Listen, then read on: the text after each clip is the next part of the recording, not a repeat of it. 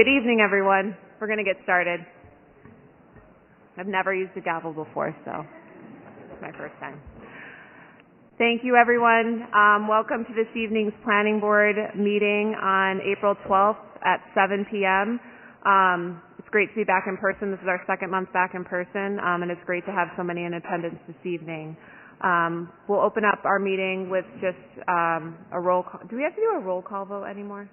No, we don't. All right. Well, all of our members are in attendance this evening.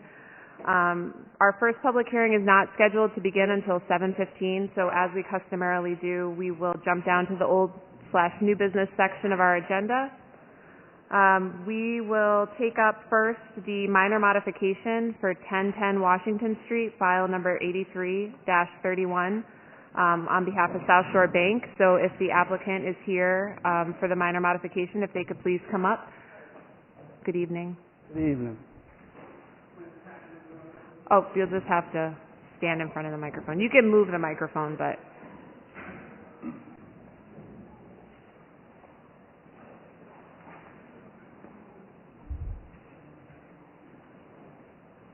While you're setting up, I'm just going to make a quick announcement. I don't want to forget to announce and welcome Connor Murphy, our part of the planning department, has been promoted to assistant planning director. So we just wanted to congratulate Connor on behalf of the entire board.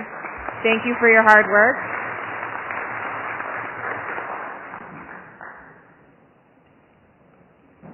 Now you'll be busier.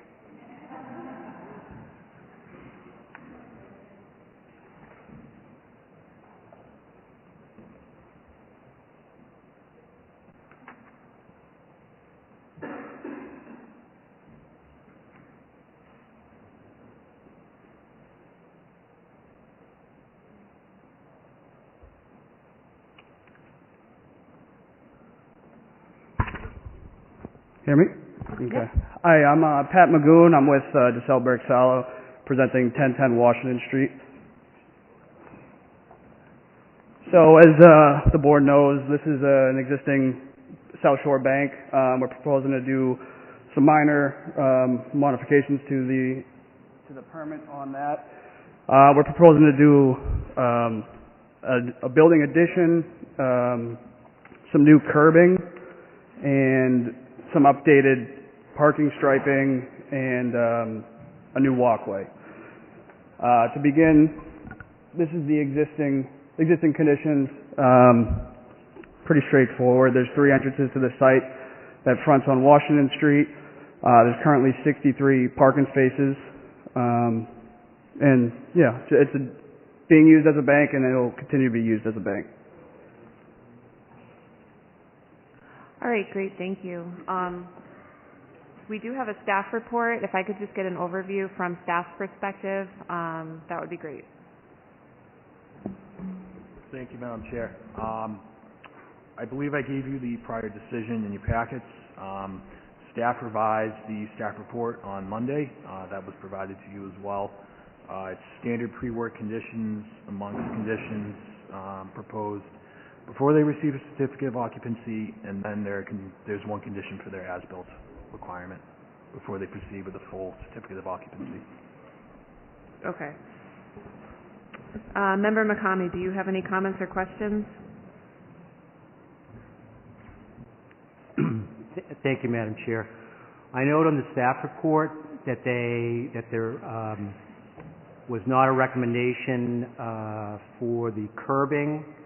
And in honor of our former chairman being here, who's a granite guy, I assume that we're going to have granite curbing. So thank you for bringing that up. We originally proposed concrete along that east side of the entrance where the 2 new pneumatic, tube windows will be. We did this in part because most of the curbing on site that's existing is concrete. There's some asphalt curbing, but there's currently no granite curbing on the site.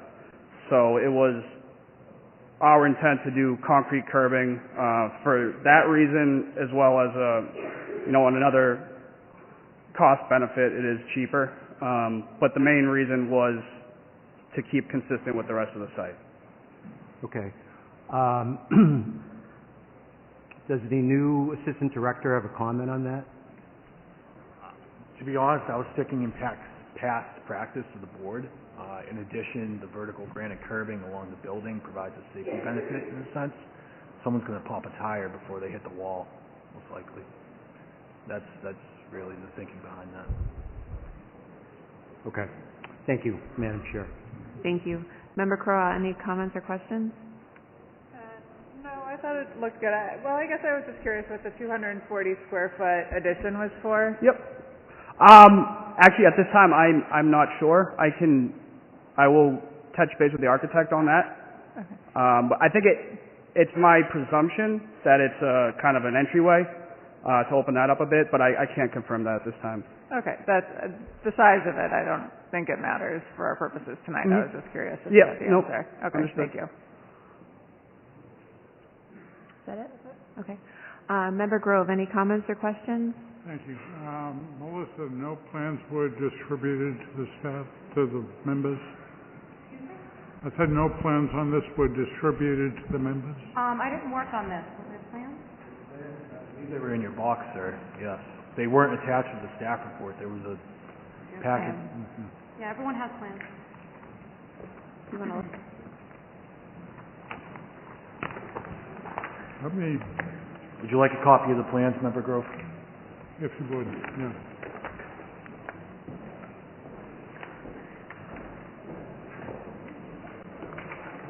Thank you, sir.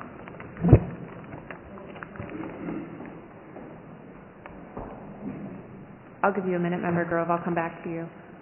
Member Kent, do you have any comments or questions? Member Connolly, do you have any comments or questions? No, none at this time. Thank you. All right.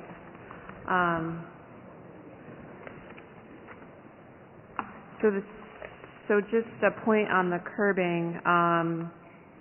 In the staff reports, it's recommending vertical granite. I think it's reasonable to, in light of the assistant director's commentary about, protecting the building from traffic, that might be a worthwhile consideration. To the extent that we have to have that part of the decision this evening, we should decide that, right? Correct. Yep, all right. Member Grove, do you have any? You're all set? All right, so we will need, if there's no more questions, do you have any more questions or comments you want to add? Just the recommendations, obviously we'll show we'll call out the dumpster area more clearly when we resubmit the revisions. And basically it was just the issue with the curbing. And that's all I really had for you guys. Okay. So we do need a motion on this minor modification. So if anybody would like to make a motion on it.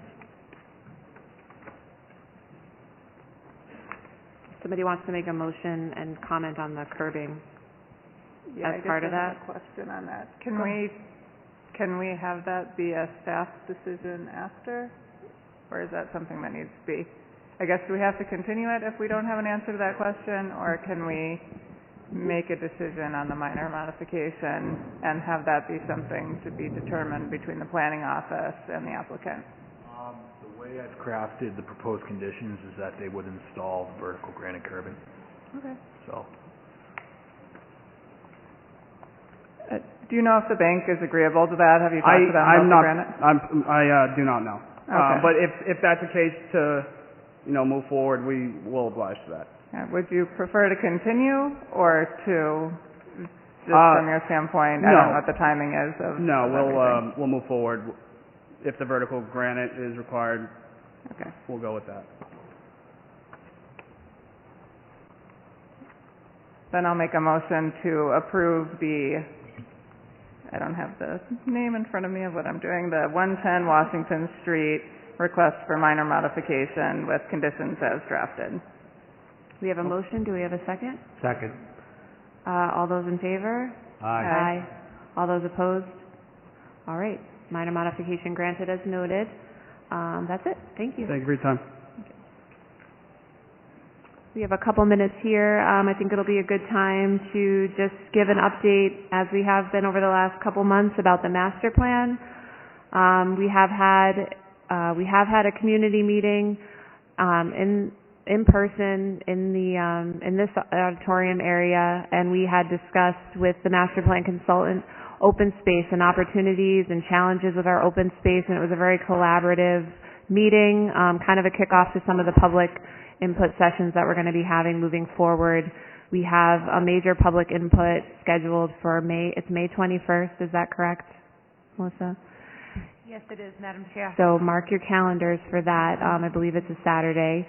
And there also have been several focus groups meeting throughout town to try to track existing conditions and reach out to community members that are, currently dealing with some of the issues that the master plan will be focusing on, such as housing, economic development, transportation, sustainability. So trying to do a big information dump on all the existing stuff we have around town, and then start with the public planning aspect and move on from there. So it's exciting, and I hope everyone stays engaged and participates. I don't know if there's anything, would you like to add anything else? Just a couple things, if I may, Madam Chair. In addition to the items mentioned by our chair this evening, the consultant is also in the process of interviewing all of the department heads, and that will happen later on this month. And we've also launched the website, which can be accessed from the Town of Braintree front page. And we have an activity going on right now for those interested in residents in naming our master plan. So there's several ways to get involved. We encourage everyone to check out the website. All our contact information is there, and if there's any follow-up, please reach out to the people listed on the site. Thank you. Thank you very much. I think it's essentially 7:15. I have one more minute. So I think we will move up to the main portion of our agenda. The one item that we will be opening this evening, the public hearing for, and then continuing, is Town Council Order number 22-015, which is a zoning ordinance text amendment. We will be opening this and reading the public notice into the record to open that. So if I could have staff please open that with the public notice, that would be great. Thank you, Madam Chair. Notice is given by the Planning Board under the provisions of Massachusetts General Law, Chapter 48, Sections 5 and 11, and the Braintree Zoning Ordinance, Chapters 135, Articles 6, 8, 15, and 18, that a public hearing will be conducted on Tuesday, April 12th, 2022 at 7:15 p.m. in the Braintree Town Hall. The Planning Board will provide a recommendation to the Town Council on Order number 22-015, sponsored by a citizen petition, care of Mark Doucette. Said order requests zoning ordinance text amendments to Article 18, Section 135-601, and Section 135-806. All amendments are related to medical and adult use non-medical marijuana establishments. Thank you. Thank you very much. I understand that this matter would like to be continued without testimony to the May 10th meeting at 7:15. So Chair will entertain a motion to continue. We have a motion by Member Grove. Do we have a second? Second. Second by Member Kent. All those in favor? Aye. All those opposed? All right, that matter is continued. The next item that we are going to continue this evening, a continued public hearing, Town Council Order number 22-012, which is our zoning ordinance text amendment. We have been requested by the Mayor's Office to continue that without testimony this evening, so that item will also be continued to the May 10th meeting at 7:15. We need a motion to continue. Motion by Member Grove. Do we have a second? Second. Second by Member Kent. All those in favor? Aye. All those opposed? That matter will also be continued to our May 10th meeting. The first item we'll take up this evening is a new public hearing for Banner Park, 60 Columbian Street. Banner Park Campus LLC is our applicant this evening. We will be reading into the record the public notice, so if the applicant's team wants to come get set up while we read that notice into the record, that would be great, and then we can get underway. And just a reminder, if you are here to speak during any of these public meetings, please, when you get up to the microphone, make sure you're right in front of that microphone, and please introduce yourself with name and address for the record. That will be very helpful to our minutes and the meeting. So, whenever you're ready. Thank you, Madam Chair. Notice is given by the Planning Board under the provisions of Massachusetts General Law, Chapter 48, Sections 9 and 11, and the Braintree zoning ordinance, Chapter 135, Articles 1, 5, 6, 7, 8, 11, 12, and 14, that a public hearing will be conducted on Tuesday, April 12, 2022, at 7:15 p.m. I don't know why I can't say that. In the Braintree Town Hall. The Planning Board will consider an application from Banner Park Campus, LLC, for special permits and site plan review. The project includes an addition to the existing office building and the construction of a new building. The buildings will be 121,000 square feet and 150,000 square feet and will contain research facility, warehouse, and light manufacturing uses related to life science. The project also includes associated access, circulation, parking, stormwater, landscaping, loading, and lighting improvements. These properties are 69.1 acres in total, have an address of 60 Columbian Park, and are zoned highway business as identified on Assessors Plan 1112 as plots 22E and 22F. Thank you very much. The applicant may introduce themselves and get underway with their presentation. Good evening, Chairwoman Joyce, members of the Planning Board. My name is Attorney Brian Palmucci. I represent Banner Park Campus, LLC. We're here this evening seeking site plan review and special permit for two life science slash bioflex buildings at 60 Columbian Street, creating what we like to call Banner Park Campus. The site consists of two parcels totaling 69 acres zoned in a highway business district with a wetland and floodplains overlay. The location was previously, quite a long time ago, permitted as Tricon Park, which was an office park of approximately 1 million square feet, multiple buildings throughout the site. Now, while the park was never built, much of the infrastructure, including the roadway and the utilities, were installed. The Banner Park project will use the previously installed constructed roadway and installed infrastructure that was constructed as part of Tricon Park for our development. The plan calls for the redevelopment of the existing parking lot and site improvements that currently serve a currently located 20,000 square foot building which houses Braintree Labs. In addition to that building, which is, you'll see on the plans, it's noted as Building A. In addition to that building, we'll bring a total from 20,000 square feet to approximately 120,000 square feet.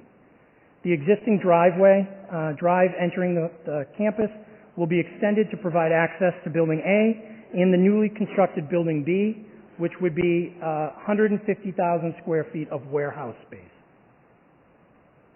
While life sciences and bioflex space isn't specifically under the identified under the existing Braintree bylaws, we sought to accurately account for the various uses that we anticipate at the site as defined by the bylaws, and that would be the research facility, warehouse, and light manufacturing. So Building B would be warehouse in its entirety, while Building A would be a combination of those uses, which we term more for marketing purposes as bioflex or for life sciences, and we anticipate life science end user. The proposed research facility use is allowed by right with site plan review, and the warehouse and light manufacturing uses are allowed by special permit.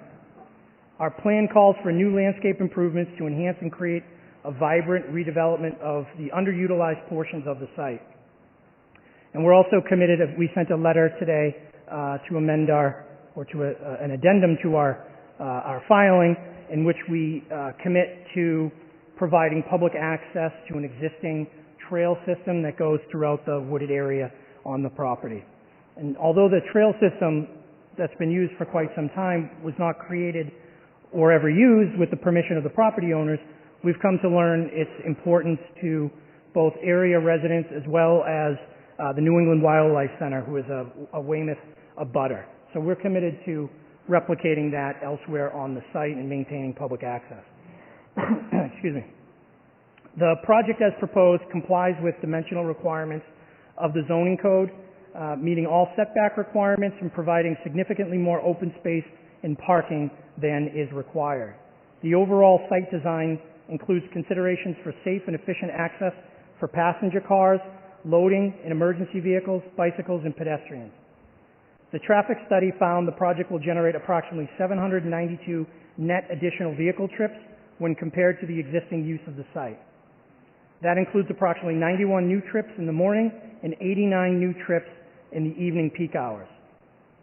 The analysis determined that the project won't result in a significant impact on motorist delays or vehicle queuing over the anticipated baseline future conditions, and it'll provide for safe and efficient operations of the site. Andrew Arsenault from Vanessa Associates will speak in more detail as it relates to the traffic study and any mitigation, the mitigation that we would offer to offset any negative impacts that may bring. The wetland areas adjacent to the property were flagged and an ANRAD was filed to confirm the boundaries. Following a substantial third-party peer review process and confirmation of the final wetlands boundaries, the Conservation Commission voted to approve the delineation and issued an ORAD on March 3rd, 2022. Carlos Skrull, how do I pronounce it? Sculte from Civil and Environmental Consultants will speak in more detail as it relates to the wetlands and the overall site conditions and site plans. Banner Park seeks to build upon existing interest in Braintree from the growing number of technology, biotechnology, and medical device companies seeking flexible space to run their operations. These facilities, we expect, will attract high-quality jobs to the town while increasing the commercial tax base.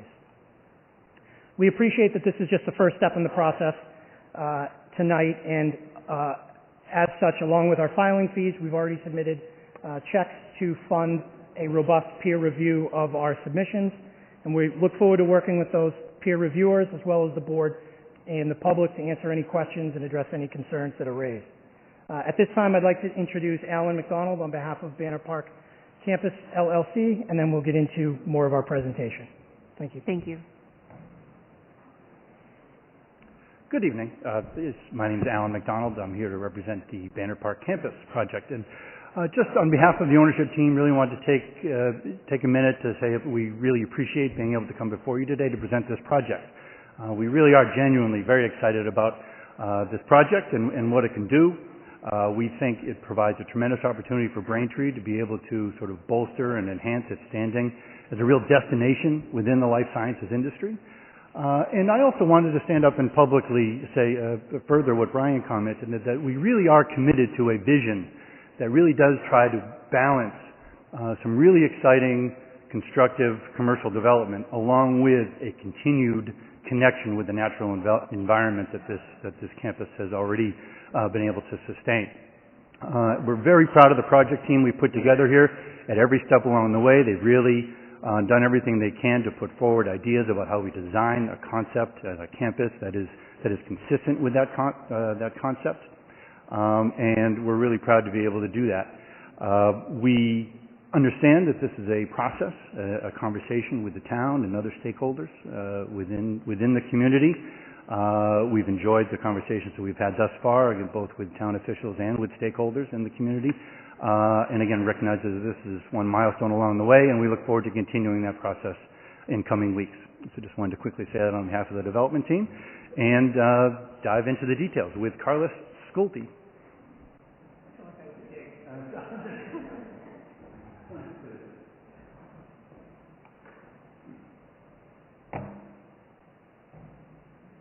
Thank you, Alan. Chairman Joyce, members of the Planning Board, Carlos Sculte with Civil and Environmental Consultants. I'll speak a little bit to the overall project design, the site context, and the engineering elements of the project, and then we'll turn it over to the traffic engineer to speak a little bit about the traffic generated by the project and the impacts, and we'll close with the architectural design. So starting off with the background of the project, those unfamiliar with the area, the site's located in the southeast portion of Braintree along the Weymouth town line, with good access to both Route 3 as well as to points north on 93 and the MBTA station in as well. So we have good access. It's a great location, and it was already, as previously mentioned, master planned as part of a larger development. So what you're seeing up on the screen here is an overlay from the final environmental impact report for Tricon Park. Just to give everybody an idea of the context of what was originally approved for this project through the Environmental Office of Executive Affairs. Final environmental impact report was issued for the project which at the time was proposed as 750,000 square feet with more than 6,000 vehicle trips and 2,200 parking spaces for the project. As part of that process, it was also submitted to the Conservation Commission, and all the wetlands crossings that provided access to the rear of the property were also approved as part of that process as well.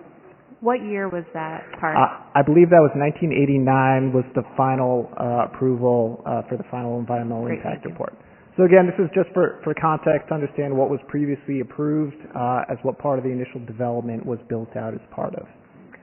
In addition to the master planning of this overall development for Tricon Park, the adjacent property to this one, we slide to the next slide.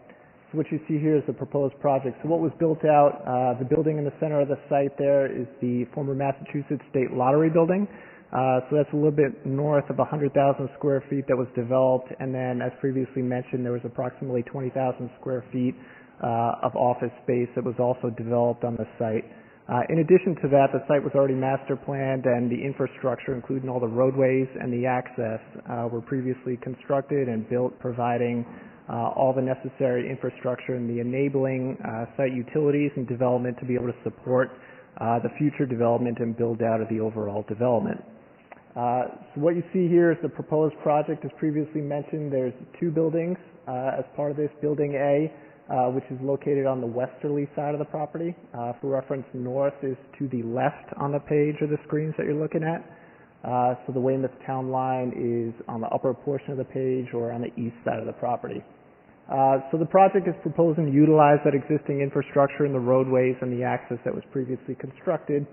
And we're building two separate buildings. Building A is the life sciences and the bioflex space with pedestrian access and parking in the front, and 10 loading spaces provided around the back side of the building to provide that better context and the curb appeal on the front side of the building. Building B is the 150,000 square foot warehouse building contemplated as part of this project, with again the passenger car parking in the front and 10 loading spaces, 5 at each end, proposed as part of the development. And one thing that you'll notice that's different from this proposal from the original one that was proposed as part of the master planning effort is this one maintains almost 48 acres of the overall 69-acre development site is undeveloped. So we're not touching any of the land that's at the southerly portion of the site, and also there's no wetlands crossings or impacts proposed as part of this project. And as a whole, we're maintaining the 25-foot buffer that the town has for a setback for the entire project. So we're maintaining a healthier buffer as it relates to the wetlands around the perimeter of the site. Ultimately, as previously mentioned, the ANRAD was filed and approved delineating the wetlands for this project. And ultimately, we're working with the wetlands consultant. We'll be submitting a notice of intent application in the coming week to accompany this that will be in front of the Conservation Commission for review and approval. And as previously mentioned, we fully expect that through the peer review process, there's two separate consultants being engaged for the stormwater as well as for the traffic review. We look forward to working with them as well as the town throughout the process to review and discuss the design as appropriate. So to touch a little bit about the existing conditions, as previously mentioned, within the subject property, it's the 69-acre property that wraps around both sides of the Massachusetts former state lottery building. The one that you see, sorry, it's a little hard to see. In this, Mike, are you controlling this? Or? In the center of the site, that's the Mass Lottery building. The one to the right to the south, that's the 20,000 square foot building that will be repurposed and incorporated into the larger development. The parking out front will also be reconfigured to make a more efficient space and use of that area as well.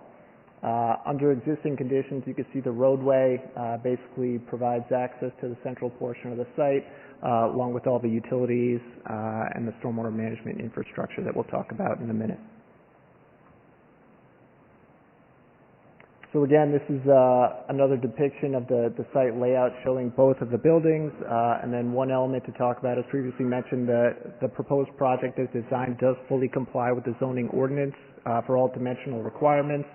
as it relates to building setbacks for front and rear side yards, overall building height, open space, as well as parking requirements as a whole. So we're not requesting any relief from any of the dimensional or zoning requirements. So to speak a little bit about the Building A design, again, this is the Life Sciences BioFlex building. We have 180 parking spaces proposed in front of the building for the roughly 120,000 square foot building. So that's a ratio of approximately 1.5 spaces for each 1,000 square feet, which is consistent for what this type of user would request for a parking allocation. And as previously mentioned, we have the loading access split at both sides of the building to provide safe and efficient access. We did analyze the site for full circulation for a WB67 tractor trailer, which is a 53-foot tractor trailer, which is really the largest one that you would ever see on any site. It's the type of trucks that you would see deliveries on the highway. So we did evaluate it for a generous allocation for the circulation throughout the site. And then we also, through a pre-meeting with the town, we discussed access with the fire department as well, and we're working with them just to make sure that the access works for them, which we've incorporated some accommodations, as we'll talk about in a minute. So in addition to the parking for the passenger cars and the employees there and visitors and the loading space we have, we're also proposing to connect the pedestrian access through the site.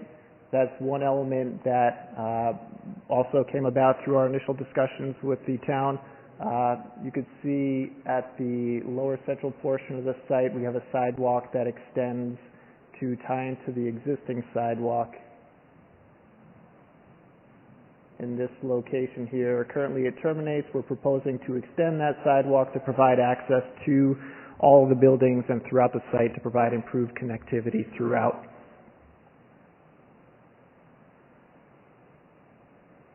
And then for Building B, this is the 150,000 square foot warehouse building. We have 195 parking spaces. The town zoning requirement requires 1 space per 1,000 square feet, so we exceed the zoning requirement for the number of parking spaces. Similar to Building A, we reviewed the site for access for loading maneuvering with the same 53-foot tractor trailer, and there's generous space allocated for that. In addition to the space we have for the loading and the passenger car access, we've also identified in the plan submitted for the site plan review package areas for snow storage and other elements for the site design that we'll get into with the town throughout the review process. What we've also provided for us, shown on this plan, in the rear of Building B, an accommodation for the fire department. Through our discussions with them, we've provided some landscaped, reinforced, stabilized entrance around the back side of the building to be able to provide more continued access around the building while also respecting the natural elements that we want to maintain along the wetlands and the buffers along the east side of the project. So briefly going over the grading and drainage, again, we look forward to working with the town and the peer reviewer on the design of the stormwater management system. As part of our initial due diligence work to support the analysis, we performed test pits out at the site that were performed by a licensed soil evaluator to identify the depth to groundwater as well as the underlying soil conditions. What was found as part of that investigation is that in some areas where there were rock outcrops that were coming up through the site, those were found predominantly to be larger boulders as opposed to bedrock near the surface.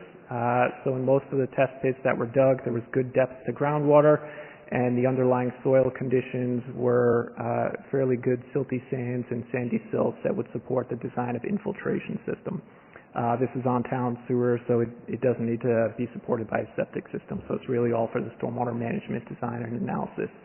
We do anticipate performing additional stormwater management investigations and test pits as we work with the town and the peer reviewer just to perform a more thorough and exhaustive analysis of the underlying soil conditions to support the stormwater management design. The grading around the perimeter of the site along the existing roadway, we're tying into the existing roadway at all of the existing grades with minimal change along those edges. Building A, which is the one on the westerly or bottom half of the page, we're maintaining the existing building, so maintaining the access and the grades of that parking lot and the access to the building. And it actually steps down approximately 14 feet to the larger floor area in the rear of Building A. So that works with the natural topography and helps minimize the disturbance around the site. The loading access around both of the buildings will be depressed loading dock access, so those will be depressed approximately 4 feet from the slab elevation for the building to allow the at-dock access for trucks to be able to access, pull up, unload, and load easily. So as we're working around the site, as previously mentioned, we are staying outside of the 25-foot buffer for the wetlands, and as part of that design, we incorporated a number of retaining walls around the site to minimize the amount of grading that we would have to do to tie into the existing environment, thereby minimizing the amount of tree disturbance and cutting as a result of the project. One of the other elements that came up throughout the design discussions with the town at the preliminary meetings was a desire to continue to minimize the disturbance. So initially we had a number of open stormwater detention infiltration basins proposed as part of the project.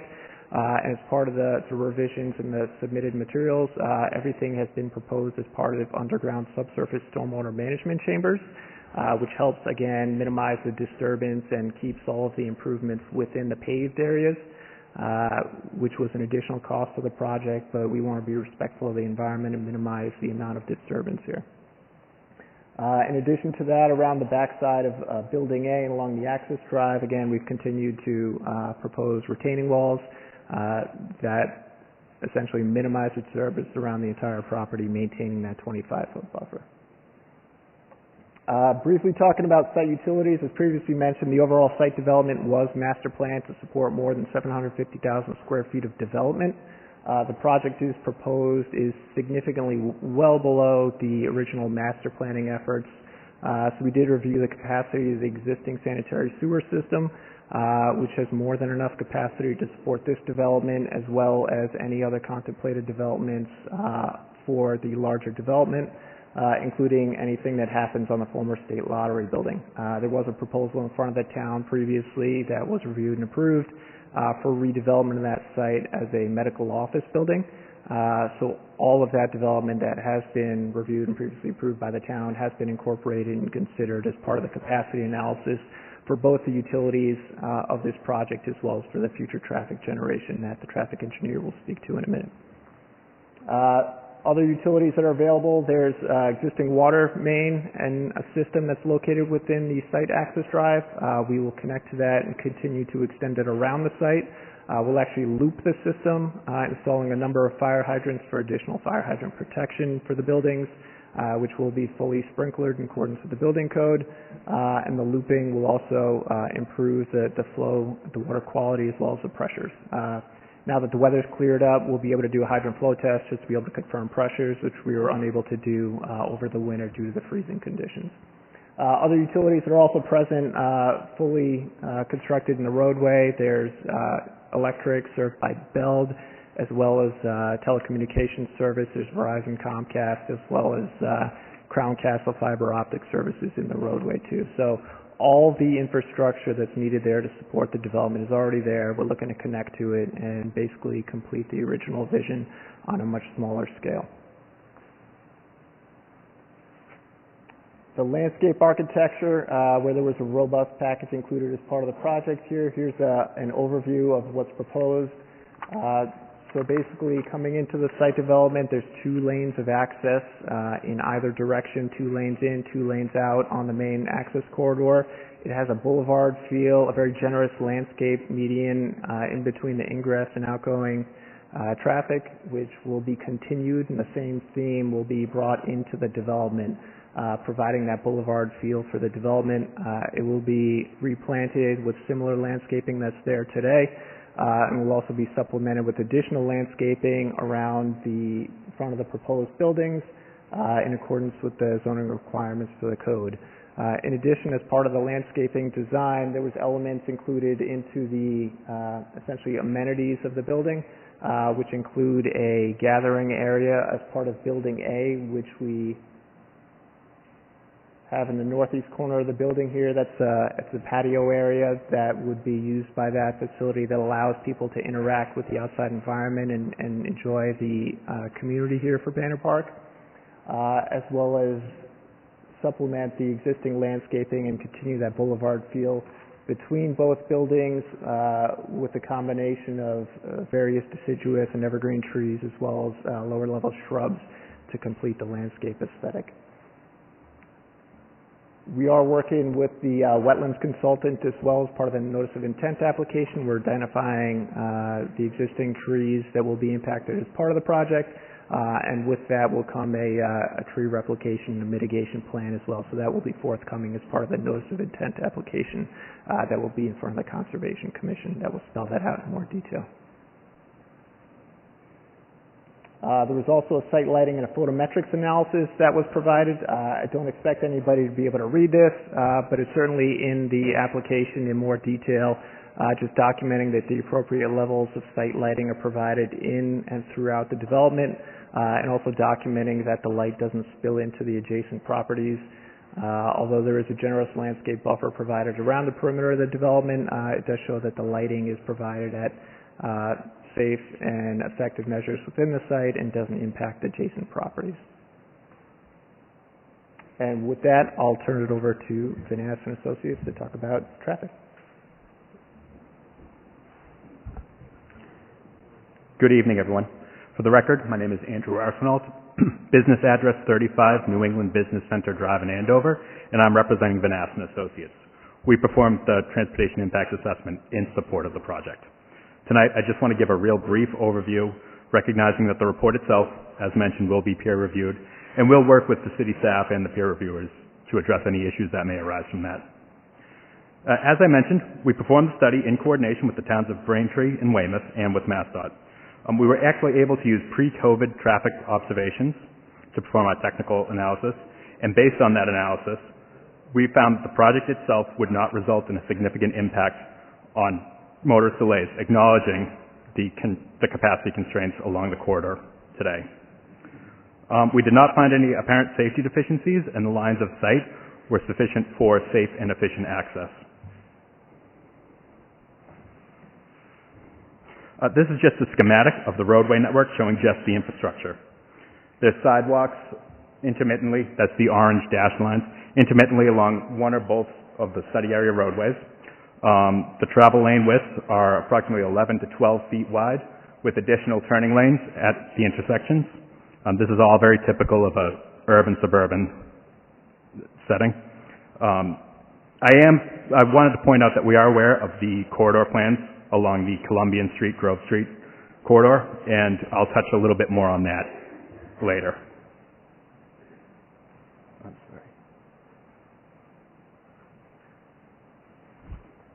Getting into the project-specific items, we modeled the traffic using standards published in the Institute of Transportation Engineers Trip Generation Manual, which is the industry standard. I don't want to get too far into the technical aspects, as I mentioned, for time, but we estimate that the entire project itself is generating a little under 1,100 trips over the course of the full day, with 134 happening during both of the peak hours. As Brian had mentioned, the existing office that is there right now is generating around 40 to 45, so a net increase of around 90 trips during the peak hours. Next, we took those trips and we assigned them onto the roadway based on a review of U.S. Census data for people employed within the area. The bulk of the trips would be headed off to routes 3 and 18, with the majority of the remainder spreading out pretty evenly along the other roadways. After we performed the analysis, we were able to come to our conclusions, a summary of which I just put on the next few slides. This first slide is focused mainly on site access, and this is very typical of all the projects that we work on. They really focus on making sure that the driveways are wide enough to support emergency vehicles, and in this case, delivery vehicles. We want to make sure that the sight lines, we keep them open and clear, and we want to provide pedestrian accommodations and connections. Moving off-site, as I mentioned, we do know that there are some corridor plans along the corridor, and the proponent is going to offer some money to help develop whatever those plans ultimately become, whatever the town's vision is for that corridor, specifically at the Grove and Liberty intersection. And I just want to mention this one as it's in Weymouth itself, but we will work with Weymouth to develop an improvement at the Columbian and Forest Street intersection. We'll do a traffic signal warrants analysis that's not necessarily limited to just putting up a signal. We'll look at other design alternatives, but we'll work with Weymouth on that one. And lastly, we developed the framework of a transportation demand management program. In brief, these just kind of help to reduce or eliminate single occupant vehicle trips before they even begin. As with all the recommendations, the full list is provided in our report, but just to pull off a few of them, the project will have a transportation coordinator who will establish and facilitate a rideshare program for the employees. The relevant transit information will be provided to the employees, and the pedestrian accommodations that will be provided within the site itself. And lastly, we'll provide secure bicycle parking. As I said, I just wanted to give a kind of a quick overview, and with that I'd like to hand off to Chris, but I will be available for questions at the conclusion.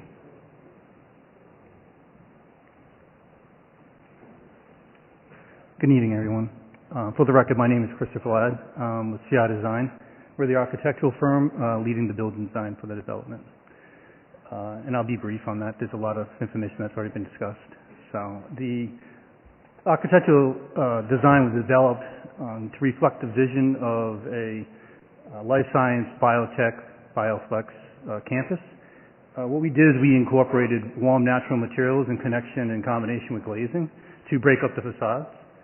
Building A is utilizing the topography to minimize the massing and to align with the existing facility that's there on site now. As you can see there. So the front facade of Building A is only a couple of feet taller than the existing building that's currently on site and works with the topography on the lower part of the massing. Building B, although it's a warehouse, we took the same vision and breaking up the facade, still utilizing the natural warm materials in combination with glazing, so you break up the typical warehouse facade that you would see to still keep in vision with the overall campus feel of it being a life science and biotech park. So we took care to make sure that the facades of the development coincide with each other and align with what you would expect to see with this type of development. And then this overall elevation to show how we break up the longer facade along the Boulevard Road, utilizing the natural material, like I said, combination of wood and glazing to break up that facade and to tone down the scale of the facility.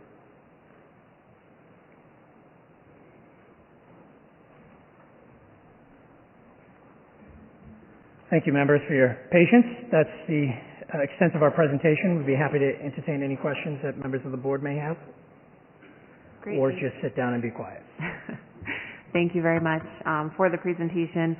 As we customarily do after the applicant presents, I would just ask if staff could kind of give an overview. I know you mentioned that there was some peer review that was going to be underway, and I know you've been working with a lot of the town departments, so just kind of an overview from staff on that, and then we can get into board questions and public comment. Thank you, Madam Chair. I do have a few comments this evening, some of them you just mentioned.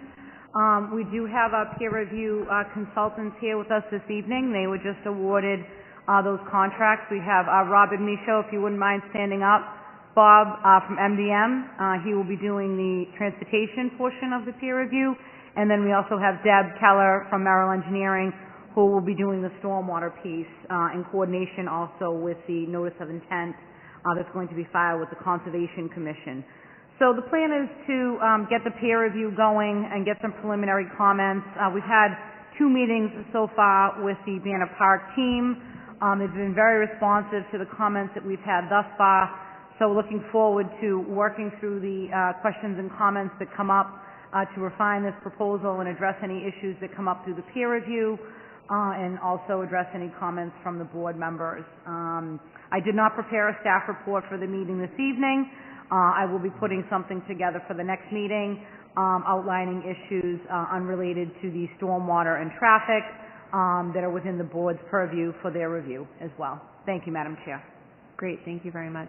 I know, I don't know, but I'm assuming there may be some people here from the public that would like to come up. So if you do want to speak or ask questions to the applicant, we will open the floor for that. Just a reminder, if you do want to come up and ask a question, just state your name and address, or if you just want to make a comment, it doesn't have to be a question. So we will do that. I also wanted to just ask the applicant, I thought I saw earlier Councillor Mackin walk in, but I don't see him now. I don't know if you have had a chance to have a community meeting or if there has been any neighborhood meetings, so I just wanted to ask on the status of that or if anything like that was planned. We've met with Councilor Mackin, and he was here earlier tonight. There he is. I'll let him speak to his intentions. We have not participated yet in a community meeting. We'd be more than happy to do so if the public input warrants it. You know, Okay. We'd be happy to talk to anybody about the plan and take their input. All right, great. Thank you. Thank you. Is there anybody from the public that would like to ask? Oh, yes, sir. Oh, if you have a question, can you just address the board and I'll help? Yes. If he could put up, I think it was about... Could you please just introduce yourself with your name and address? Thank you. I'm Tom Harris, 24 Tommy Marks Way, and I was going to ask him to put up his third slide so you can see where Tommy Marks Way is relative to the project. Okay. I think we can have the presenter do that. Is that a helpful image? That's perfect. Thank you. At the very bottom right corner is Tommy Marks Way, and thank you for putting north up so we could all understand where it is here. I would like to thank the Banner Park team for addressing concerns very directly, and like to continue on the two topics, and I'm told that the Patriot Ledger also addressed these today, which are parking and water. Traffic and water. I will let the traffic study play out and only address water today. I live at the far end of Tommy Marks Way. The wetlands described go down and then behind Tommy Marks Way, under the street, and then down to Columbian. Being at the low end of that stream area, I have seen over the 28 years I've lived there that water in the past from a heavy rain would come over the course of 4 or 5 days. Now, as we have upstream development, it comes very quickly. We get a heavy rain. Within 3 hours or so, it gets quite high and does go over the road. I'm not afraid of flooding of the houses. Before the houses flood, it will go over the road, but it will go over the road. And as we have significant development, and you talked about grading, and I'm not positive I understand the grading here. The existing grading at the site all runs down in the opposite direction.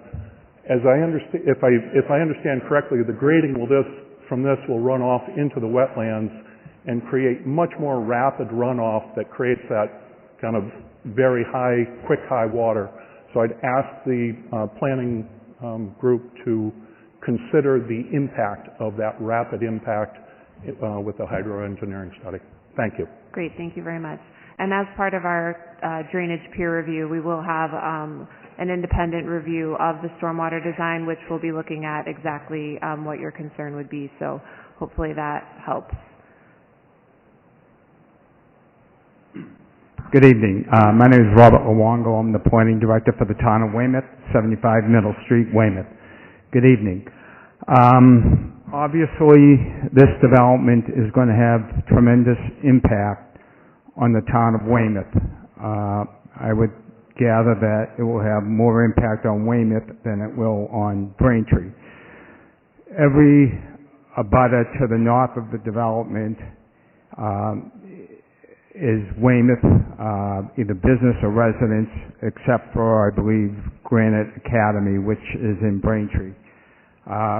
So we obviously have tremendous concerns about the stormwater issues, especially in the area of Tommy Marks Road. As a gentleman who just spoke before me expressed concern, so high water table, flooding in that area. I believe most of the stormwater is directed at Weymouth, which will go into the Mill River and into our secondary water resource, which is Whitman's Pond. So we're going to have some concerns about that. In addition, the traffic engineer made reference to most of the traffic will be coming off of Route 3 onto Route 18 in Weymouth and taking a right onto West Street, and West Street goes into Grove Street in Braintree and then into the development. I believe from the traffic report, 78% of the traffic will come down West Street, or 38% of the traffic I think will come down West Street, and the rest will be on Columbian Street. Obviously, we have serious concerns at Columbian and Forest Street.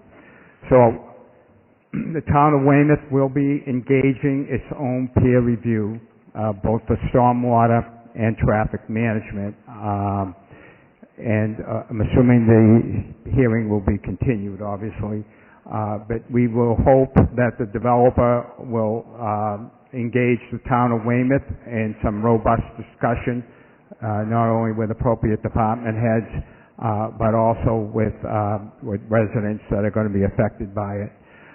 We're not sure, but we think this might require a filing for an ENF because if 5 acres of impervious surfaces are going to be created, that might kick in an environmental notification form. If it's 10 acres, I believe it would require an EIR, Environmental Impact Report, but we're still looking into that. So I know there are residents here from Weymouth. I'm not sure if they want to speak or not, but we're very concerned about it, and we would hope it could be scaled back. Weymouth doesn't want to stop the development, but we want to make sure the size fits where it's being located. So I thank you for your time and hope for further engagement. Thank you. Thank you.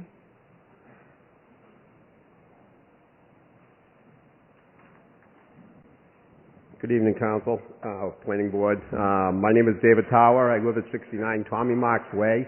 I want to reiterate some of the comments that have already been made. We've only had a week to look at this thing.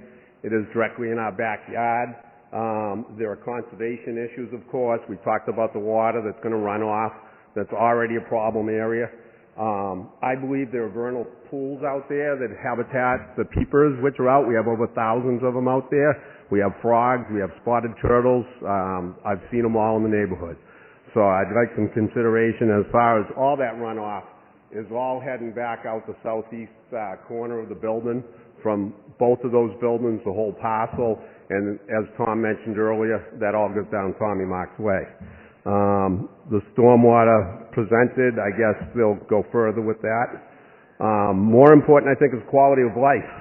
I don't know what the hours of operation are going to be for this building. This directly abuts our property. It's within 200 feet of our houses.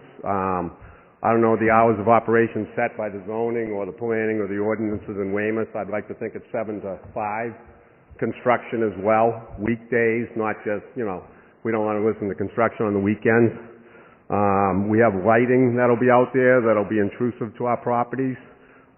Just for the record, we work with the New England Wildlife Center. They gave us a 100-foot untouched buffer zone between their building and our properties, which, was very beneficial.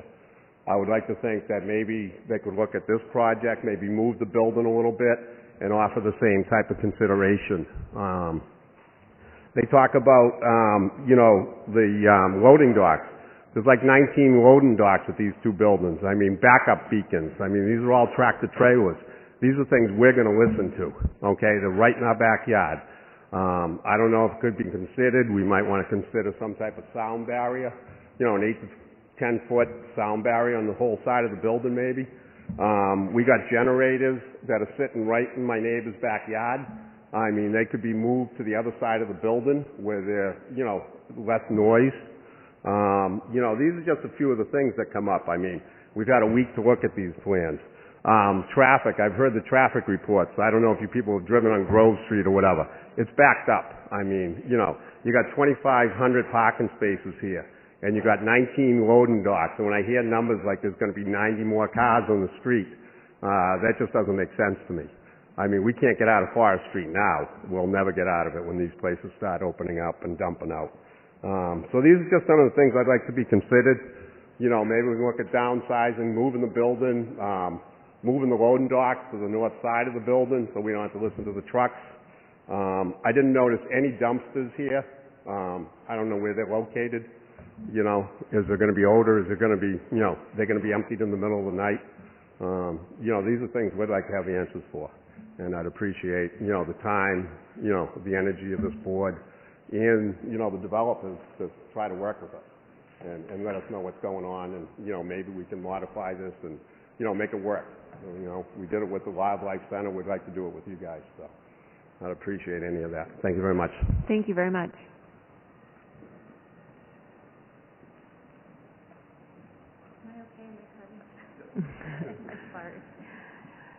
Hello, good evening everybody. I'm Katrina. I'm the CEO of the New England Wildlife Center in Weymouth, and we also have a location on Cape Cod. I'm here tonight. We have been, New England Wildlife Center cares for, as many of you may know, sick, injured, and orphaned wild animals. We also provide education to the towns of Braintree, Weymouth, and most of the South Shore. Most of the kids that we educate are tromp through those trails that are abutting the property of where the folks are, Banner Park will be.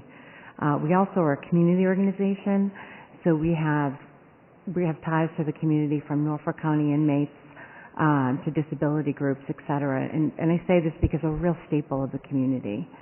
But really the biggest reason I wanted to give voice tonight is that the biggest impact of all of this, yes, it's on us people, but it's on wildlife, trees, flora, fauna, that they don't get to speak for themselves, and I don't pretend to be able to speak adequately for them, but myself and my colleagues, our volunteers, are getting a little choked up, but as I thought of the trees being ripped up and a barred owl that I know really well that lives at New England Wildlife Center, and have really come to understand his personality, and I thought, wow, this really sucks.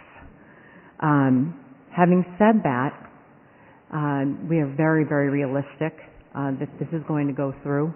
Half of our nature trail will be, the development will cut it in half, which is our own fault. We didn't realize that it was someone else's land. We were told 16 years ago when we built that it was Braintree Conservation Land. So we're realistic and very incredibly, the developers reached out to us and said, okay, so, you know, how can we make this work? How can we make this work for wildlife, for the kids that are out here with you all, and for New England Wildlife Center? And so we started that conversation with Dr. Mertz and Zach Mertz of our Cape office in March, and we've had 3 different meetings trying to make the best, from our perspective, a best out of a bad environmental wildlife situation.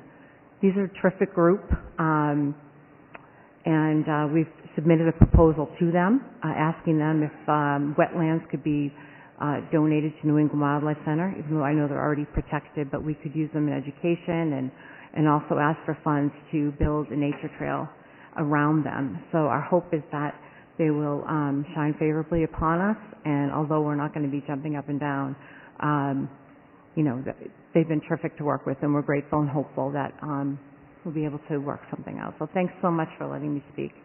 Thank you very much.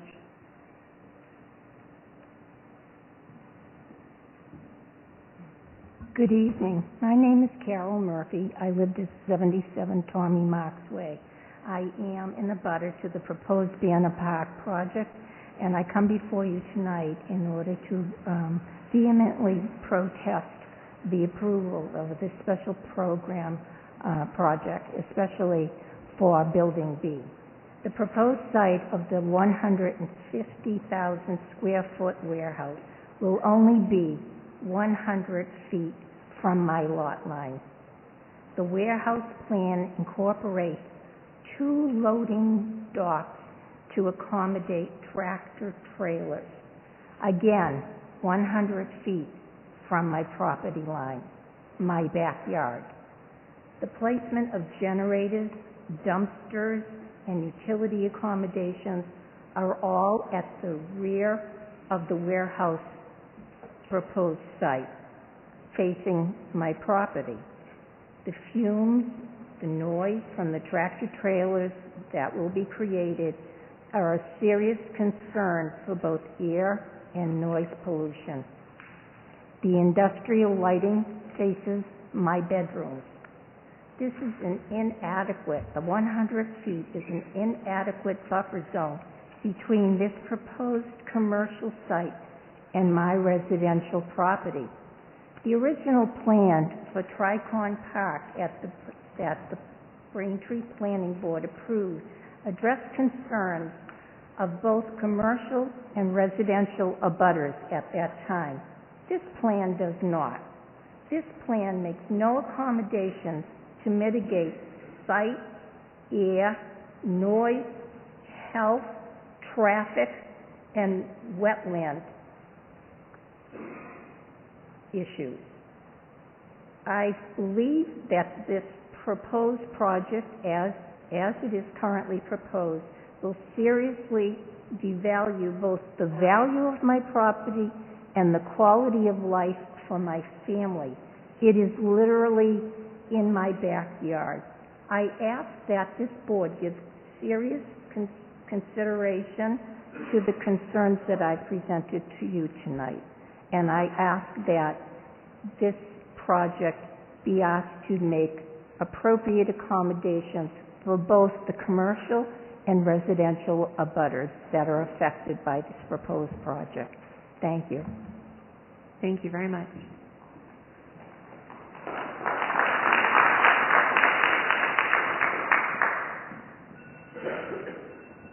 Good evening, Board. My name is Brian Valancourt. I'm at 86 Birch Street. That's the residential neighborhood immediately to the west of the proposed development. And I respect the right of the property owner to propose a development, but I fundamentally question the traffic that will be generated by it that they've presented and the impacts that that will have on the Grove Street, Liberty Street intersection. In looking at the traffic report, just a quick flip through it, I didn't read it in detail, but I noticed that there's no left-hand turns shown from vehicles going west on Grove Street, left onto Birch Street, and then cutting through the neighborhood. We see significant traffic doing that in the morning, midday, and the afternoon to avoid the Grove Street, Liberty Street intersection, which is significantly over capacity. I would ask the traffic engineers to take a look at that, and more importantly, that the planning board consider the significant traffic impacts that this development will place on Braintree, and that a very robust traffic mitigation package be proposed or be conditioned onto this project to address the significant deficiencies at the Liberty Grove Street intersections and at the other intersections that are impacted by the project. Thank you. Thank you very much.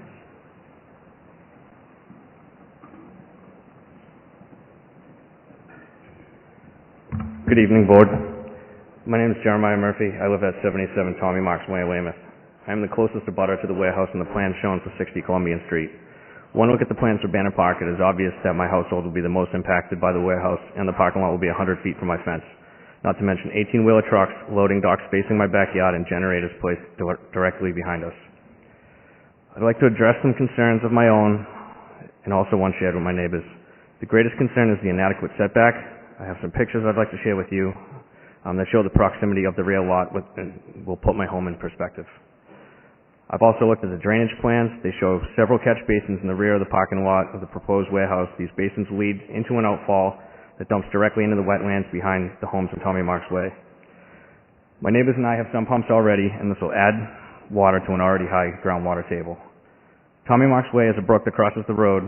This brook is known to flow over the roadway during times of significant rainfall, as Tom had already mentioned, making it unpassable. Again, this will add to this. Another concern is the loading docks. What are the hours of operation? What kind of volume are you actually anticipating? The elevation of the loading docks is 13 feet higher than my backyard. That will put headlights shining directly through my windows.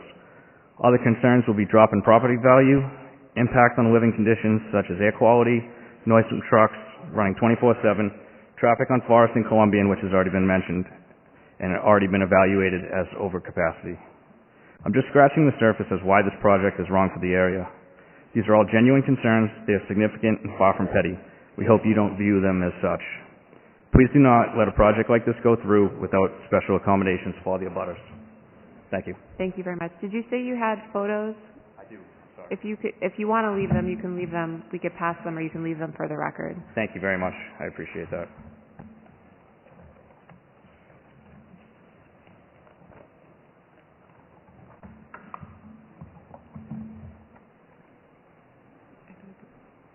I'll make sure they make it into the record.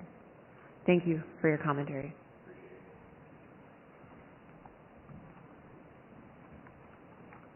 Good evening. My name is Yen May. I live on 80 Tommy Marks Way, and I'm one of the residents that will be greatly impacted from this project. My whole property line will be really close to the building B, very close facing to the docking station. Very concerned about the noise that will bring to the residential area, and on top of all the other everyone's concerns. So hopefully you can greatly reconsider about this project, and also the lighting issues as well, that there will be guardrails from building B, and I'm not sure if that will help with the lighting that really impact the area that we're living in the quality of living that's really impacting us. So yeah, hopefully you can reconsider this greatly. Thank you so much. Thank you very much.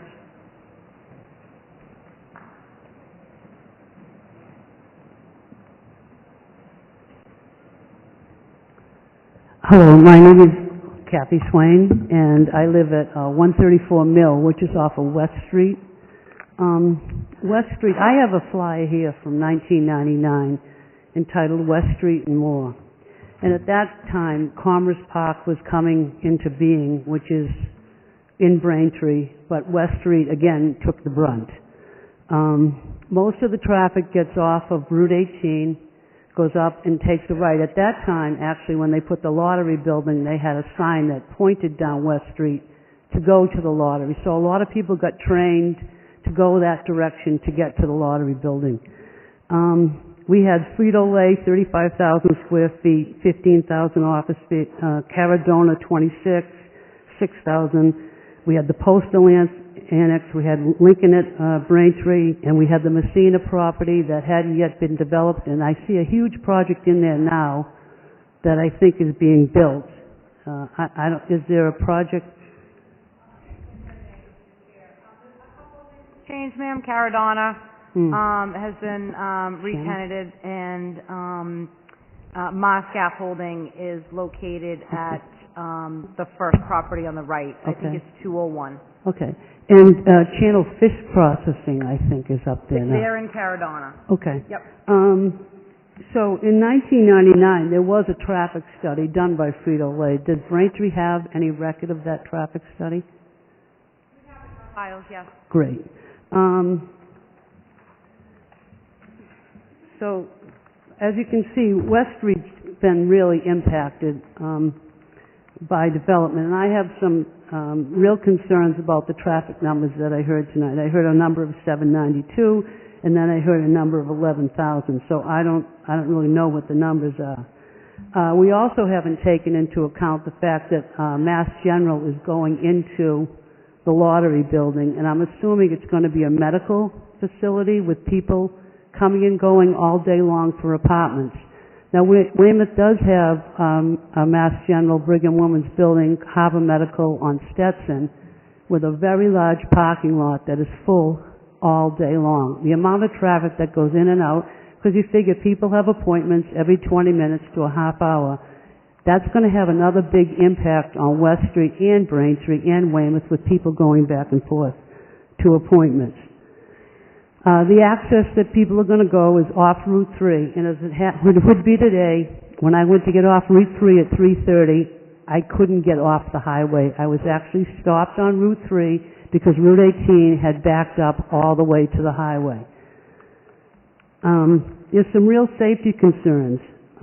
We have the traffic from the intersection of Grove, Columbian, and then now we have a railroad track station there, railroad tracks, and I really am concerned that will traffic back up onto the railroad tracks. I've seen it happen before. I can only imagine it's going to get worse.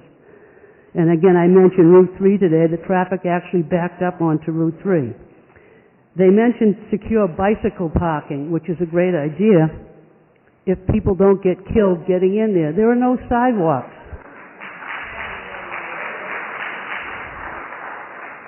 All right, I see the kids riding their bikes with my heart in my mouth because they go around the corner near the crossroads.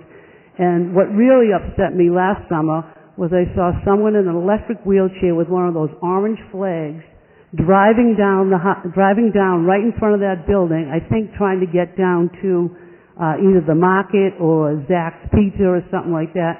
And not only did I see that person once, but I saw them twice. So there's no connection for people.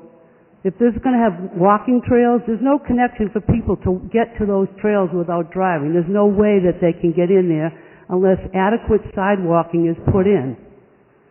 And the other thing I'm going to say about the wildlife is this is a wildlife corridor because this property abuts the utility wires, and the utility easements now have become wildlife corridors. They're called green belts at the state level, and they're really vital. They're vital for wildlife because they can travel from community to community, and it's important for them to be able to do that for their health. And the final thing was the discussion on that our planning director brought up about the possibility of using pervious surfaces rather than impervious. Thank you. Great, thank you.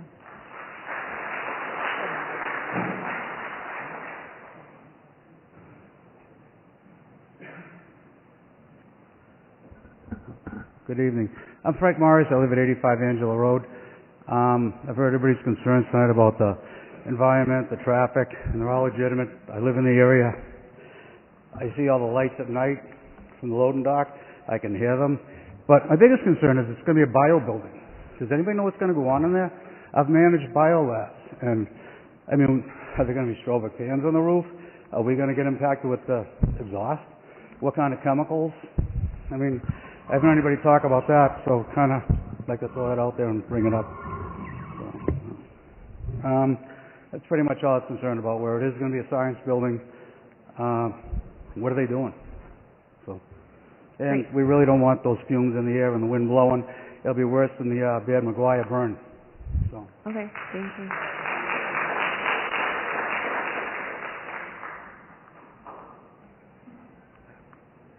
Gary McDougall, 131 Southern Ave. I'm also the District 5 Town Councilor for Weymouth.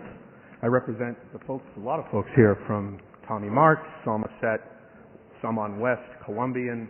That whole area is my forest. All that area is my district. So, a couple things here. I live off West Street. This is it's already the Autobahn. I mean, we've got a blinking, flashing 30-mile-an-hour speed deterrent, which doesn't seem to work all the time. And we've also, as Kathy pointed out, which I think is really important, there's only a sidewalk on one side of the street, and on Columbian there's no sidewalk, so it's a little bit of a really dangerous area. My big concern, and I think everybody really spoke well about removing trees and wildlife. To me, that's just, I don't know why we do this anymore, but my big concern really is the traffic impact. The study I just saw, I heard there's going to be, somebody said 19 bays at this 150,000 square foot warehouse. I already have a significant 18-wheeler basically pass-through on West Street. So what is this going to do for the residents off West, Columbian, Forest? Forest is going to end up being a cut-through. It's already bad enough from basically the stopping point where coming out of Forest and onto Columbian becomes almost putting your life in hands every time you try to get either to Curtis or wherever you're going the other way. So I really think it's important for this council to consider the impact not only on traffic, conservation as the folks, the wildlife, the areas there. I'm looking forward to Mr. Luongo's peer study, the review of this project. I'm very interested in it as a district councilor. Obviously, this impacts a significant portion of my district. So I'm looking forward to more information on this. Thank you. Great. Thank you very much. Thank you. Councillor Mackin, please. Thank you. Larry Mackin, I'm a town councilor in Braintree. This project's in my district, and I know a lot of the people here are from Weymouth, but a lot of my constituents are, and for anyone watching, any concerns that you have, my contact info is on the town website. Please write them down, email me, and we'll get them addressed as best we can. Thank you. Thank you. Much appreciated, Councillor.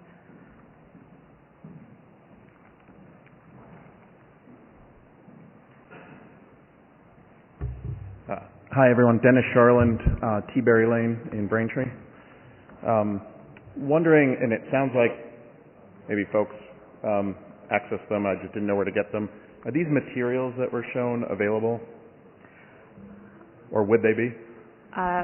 The Assistant Director can address If that. I may, through the chair, all of the application materials are on the Town of Braintree website. If you visit the page of Planning and Community Development, go into Planning Board, we have a section that says Current Applications. The traffic report, stormwater report, all of those materials are available. We will upload the handout by the end of the week. Okay, thank you. I didn't want to be the one creepily taking pictures of everything. No, so thank it's you. all up there, sir. Yeah. I did, but still. I would share some of the previous comments about concern about the warehouse hours of operation, especially the traffic generated from large commercial vehicles, whether there'd be commitments on any time limitations around delivery.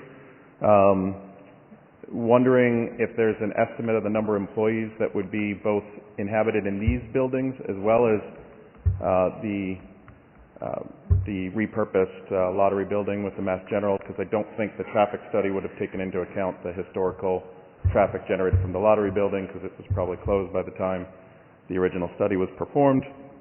I do want to question the estimate of 90 vehicles in the morning and the afternoon. That seems really small given the volume of square footage being built here. I'll also just say anecdotally, I had to take my dog back from the vet in Weymouth the other morning, and I had to wait for 4 cycles of that light just to get back into Braintree coming in the morning. So there's already a very significant traffic buildup in that area. There's an anticipation of a lot of commercial vehicles just given the number of bays there. I'm interested if there's an estimate on the number of estimated vehicles that would be coming in daily, what the hours of that transport would be, and what they would be carrying. Given that this is a life sciences biotech building, you're likely talking about the handling of hazardous materials. You're also talking about hazardous material byproduct.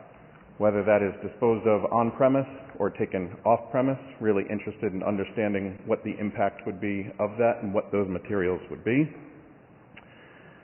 I'm wondering if there's a version of these maps that might show proximity to nearest residential on all sides, because I've heard folks talk about 100 feet, 200 feet, several hundred feet.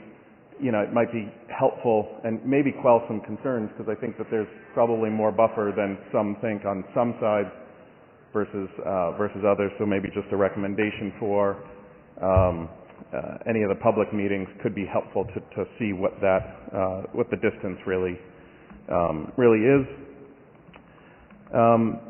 The peer review study, I'm just interested if in the kind of follow-up notes or some other documentation, if there were bids solicited from multiple peer review entities and who those other bid reviewer entities were that were solicited.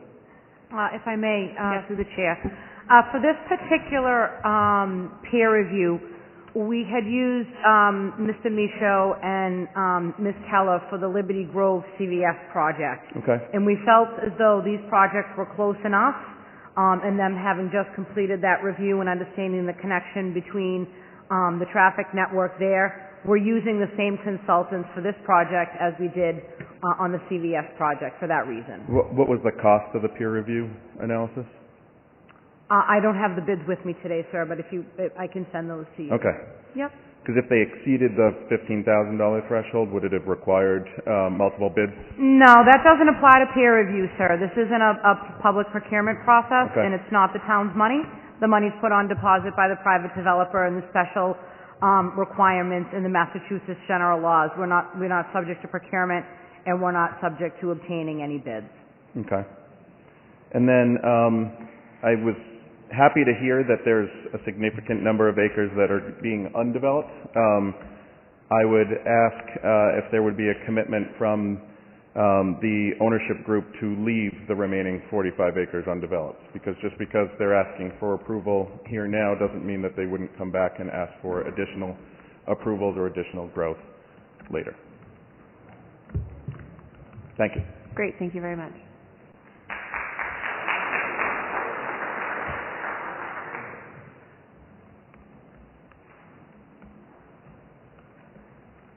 Hi, my name is Jim LeBaron. I live at 29 Massapog, which is actually the next set of houses over from Tommy Mark's Way. Just really briefly, just touching on some of the things that people had mentioned already, the wildlife impact, that really pinches off that wide range. And I get, I know it's the land that they own, but it's not just the small peepers and stuff that people were speaking of. There's larger animals, deer, coyotes, and fisher cats that will be impacted, which I'm sure people realize that. Secondly is the traffic study that doesn't really probably talk about the heart-pounding experience of pulling out of Forest Ave. It's really quite it's never going to show up as data, but it's except in your heart when you're trying to pull out. The last thing I just wanted to mention is that I am in the life sciences. I've been in life sciences for the last 35 years. Work with clean rooms, biotech, and I know the HVAC systems on the top of these buildings are going constantly. They have to provide a constant clean environment in the building, which means you can imagine the power, the amount of noise that these units make that will be on top of at least the building A. I'm not sure about the other building, but it will add to all the truck noise and everything else, and it'll be constant. It's 24 hours. Biotech is a 24-hour operation. But that's it. Great, thank you very much. If I could just make a request on the clapping, it's very distracting to me personally, and I'm sure some of my other board members are feeling that way. I think the applicant noted at the beginning of the meeting that this is just a start, and they've expressed interest to want to work with everybody in the room, and I think we all know that nothing's happening tonight and probably not for the next short-term period. There's a lot of work to be done. If you want to make comments or you want to second a comment made by somebody else, the most effective way to do that is just to come up to the podium, express your name and comment, but I would please request that the clapping stop, please, respectfully. Is there anybody else? More commentary is welcome. If there aren't any comments from the public at this time, I'm just going to open it up to my board for comments. If there is anybody in the public that has comments after the board is done, just let me know and I'll recognize you, and we'll keep accepting comments. Member McCamey, comments or questions? Thank you, Madam Chair. I'll just keep it very simple. Some of the speakers brought up the fact that there's a lack of sidewalks, really, throughout the entire area. The applicant noted on the plans, bike trails, whatever. So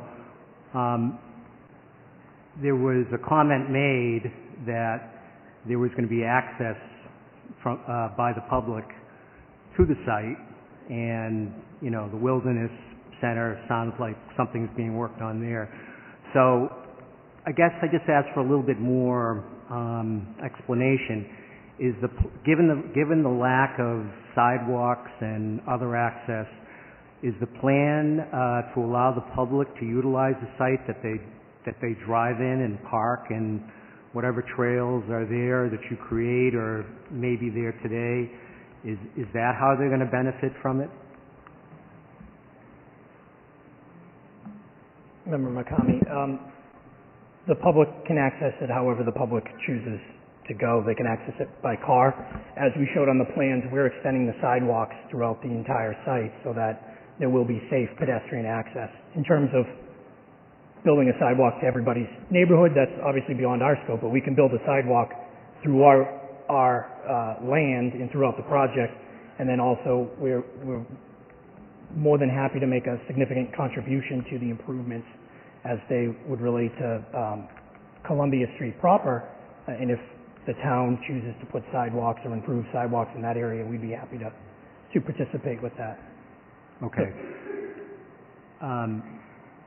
It sounds unusual to me, Mr. Palmucci. I don't know what the director's thoughts are. Does this change the parking dynamics at all? If the applicant is going to allow in the public to park, I mean, how does that factor into traffic and parking? If I may, through the chair, I think it's no secret that the sidewalk network on Columbian and Grove is fragmented. I do want to alert members of the public and members of the board that we had looked at this previously and had looked at some sidewalks in the corridor, and there is significant resource areas essentially right at the edge of pavement on Grove Street, on, I'll call it the west side of Grove Street. So as far as people coming to the site and parking there, I think I recall the testimony from Mr. Schulte that they're over parking on the site, so it appears as though there are some extra parking spaces. As we move through this process, if the goal is to have an area for people to park, we would probably have that area signed and called out and have some proper low lighting there if people are going to be accessing the area at dusk and they're leaving the site and it's darker. We just want to make sure that those areas are clear and identifiable to anybody accessing the property and not causing any type of security concern or anything for the tenants actually in the building, whether somebody's working after hours or something like that. And I think that something like that, if that's the intent of Banner Park, that can be accommodated within some parameters to make sure that it's adequate and safe and in a good location as well. Okay. Thank you, Director. That's all I have for now, Madam Chair. Member Crowe, any comments or questions? Thank you. Yes. And following up on Member McCamey's comments, the corridor study that was mentioned, does anybody know the timing of that, or whether that part of the scope of work looks at the sidewalks and whether that's possible to be added? Sure. So the corridor study, I believe, Melissa, was CTPS was taking the lead on that? Correct. And I think the last meeting I was aware of was December 21, which was kind of summarizing their initial kind of first brainstorming ideas. I do not know offhand what their timing schedule is as far as the finished product. I would imagine within this year, but I don't offhand know. Okay. Thanks. I think that's the only traffic one that I have for now. Thank you. So there were a lot of questions about the building B use. So I do just want to note that the use proposed for that is warehouse, and that is a special permit use. So that will be, when a tenant comes through, will be something that comes back before the board. But with respect to that, I'm sure it's in here somewhere, but I was curious what the height of building B is. And I see there's a retaining wall in the back around where the dumpsters are, and whether the team could look at potentially fencing or arborvitaes or some other buffering between building B and those houses. Yes, I'm going to answer the first question first. The height of the building is 40 feet. And in general, as it relates to the Weymouth residents, and thank the counselor for being here tonight, we're happy to work with them to find some accommodations. If we can minimize any negative impact, we'd be happy to do so, whether that's the concerns are sound, noise, light pollution. We'd be happy to work with those folks to see if we can't make a project that they can not worry about impacting their quality of life. So we're happy to, now that we know who's concerned, we're happy to work with them and see if we can't work something out. Okay, great. Thank you. Thank you for the presentation and comprehensive information. That's all I have. Great. Member Grove, any comments or questions? Just a quick comment, Madam Chairman. Gentlemen, you've heard a lot of response tonight from the neighborhood. I would suggest that you get hold of the counselor that was here earlier and get these people together and see what you can work out to help them. Thank you. Yes, just a couple of questions. Is the life sciences aspect of this, is that aspirational or definitive? Or is the design so specific that it would be very attractive to biotech, pharma, life sciences, manufacturing, distribution, and are the loading docks consistent with a biotech, pharma, manufacturing? Yes to the last two, and aspirational to the first. So we're building this project, or we would like to build this project to attract life sciences. We don't have an end user committed to the site yet, so obviously that's pending. But we believe the architecture and the way in which the buildings will be built are attractive to life science users. So if you showed the plans to Moderna, they'd like leave Norwood and come right here? Yes, it's the design was specific to attract life science. Yeah. Yes. Okay. Yeah. Thank you. We looked at some of the other life science buildings that have been created for that use and that have successfully attracted those uses, and we modeled our plans after that. Okay. Thank you. Yeah.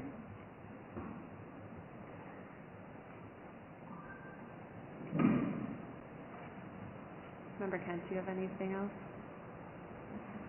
You're all done, Tom. I'm all set. Okay. Sorry. Member Connolly, any comments or questions? Yes, thank you. I appreciate the residents coming to speak with us tonight. And I do have a question for the ownership group. In the letter that we received that's dated April 11th, it makes note that 69% of the land is set aside as undeveloped. And is that the intent for perpetuity? Yeah, we're happy to. I mean, we want to work with the land's in Braintree, so we want to work with the town of Braintree in terms of public access, and we'll obviously work with Weymouth folks as well, but I think anything that we put in writing or deed restrictions in perpetuity or donate it, we would do through this process with the planning board. But that is our intention. There's no intention to build, as you can see. And one of the points we really tried to make is our project compared to the Tricon, which had gone through rigorous environmental permitting and was allowed. This is far less impactful to the wetlands, and our intention is to stop development there so that there would be no further impact to those wetlands. And the intention again is that would be in perpetuity, and we'd be fine with. I should probably double check with my client, but yeah, we'd be fine with reaching some sort of agreement with an entity, a public entity or private entity to do that. And that would be by deed restriction? Or we could do it by, we could donate the land, I mean, there's a multitude of possibilities that we're open to. But at the end of the day, we're committed to leaving that as open space. However we do that, we can, we're happy to figure out as we move through this process. And then in terms of the open space, would that become part of your signage plan as far as indicating access to that area and Sure. the trails?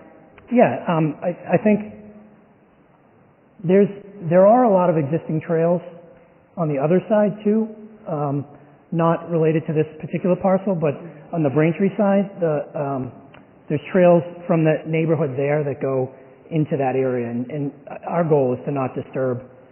We don't want to take anything away from folks.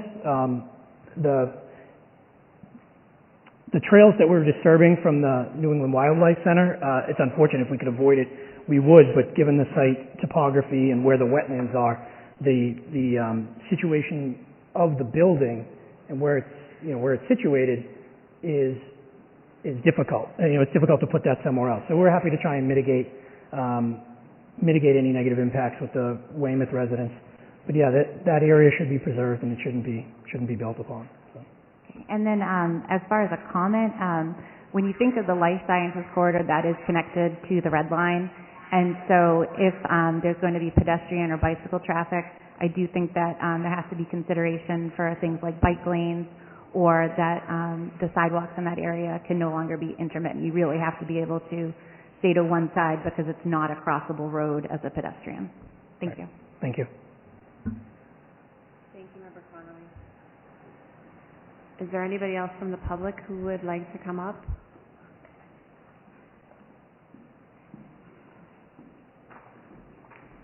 Hi, I'm Deanna Murphy, 77 Tommy Marks Way. In respect to what you just said about not wanting to take anything away from us, our backyard is literally 50 feet. There's a parking lot. It's going to be 5 to 9 bays. This is...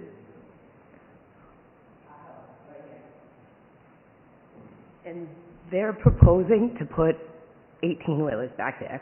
So taking anything away from us, it will be taking a lot away from us. We have a 3-year-old son. We'd love to be able to spend time with him in the backyard without having 18-wheelers backing up, beeping, lights. It's going to be 13 feet above our grade. So our house is here. The parking lot's going to be up here. That is going to be shining directly into all of our bedrooms. The 24/7, I'm getting nervous now listening to everybody say what life science is and what a life science manufacturing. And it says light manufacturing, but there's nothing light about 10 loading docks. And hearing 24/7, I guess I probably didn't understand the scope of this reading everything, but I was thinking more operating hours. So that is a huge question that I would have, is sitting down with us. And thank you, Councilor Grove, for pointing out and asking them to meet with us as neighbors, because we do have great concerns about that. The quality of life, like somebody had mentioned, fans on top of the building running 24/7. And I'd like everybody just to picture, like, if that was your house, how would you feel? You go in your backyard and you see wildlife, and I understand it's their property. They can build what they want. But to see a parking lot with generators, there's 4 or 5 generators right there that are going to be going 24/7, and now fans on top of the building that we're going 24/7. 8 of these 18-wheelers coming and going, or are they people that are going to show up for work at 5:36 in the morning because they need to go deliver whatever was manufactured there? That's a grave concern, because if they're going to start their 18-wheelers and let them run for 10 minutes in the morning and they're out by 7 a.m., that's going to greatly impact our whole street. So now knowing they don't have a tenant for that either is even more concerning. What if it doesn't work out and somebody like Amazon wants to come in? Like, who else would use a 150,000 square foot building? Somebody who's going to be working 24/7. So these are the concerns as an abutting, like the most affected abutting residential property that is there. So I please ask you to reconsider their special permit, and at least if you cannot do that, look into scaling back greatly and working with the residents to take that way back. Thank you. Thank you very much. If I may, Madam Chair, I just want to be very clear that this will never be an Amazon distribution site or any other last mile distribution. That's not what we're seeking a permit for. That's not something that we would entertain as a future tenant, and we wouldn't ask this board to permit it. Thank you. I very much appreciate everyone's comments this evening. Oh, come on up. Sorry, David Tower again, 69 Tommy Marks. I just wanted to reiterate, there was discussions on the sidewalks there, and the hours of operation. I believe it's up to the town of Braintree that can restrict those things. So I would like the town of Braintree to really consider the hours of operation when they grant permits for this project. I'd also like them to consider making it, maybe mandating putting those sidewalks in. I mean, I watch people on Columbian Street. They try to walk through that intersection. I mean, it's dangerous. I mean, a lot of contractors, developments, they're a requirement of the project to make improvements into the area. So while I hear them saying they're going to put sidewalks in their property, I think it's only important that they maybe continue to fix the sidewalk that stops in Weymouth. It stops, I believe, down at the tracks, and it also stops up by the auto body shop. So maybe as a condition of the permit process, they're required to do that. and add additional public safety. And again, to reiterate the importance of the hours of operation for the residents that will listen to this. Thank you very much. Thank you.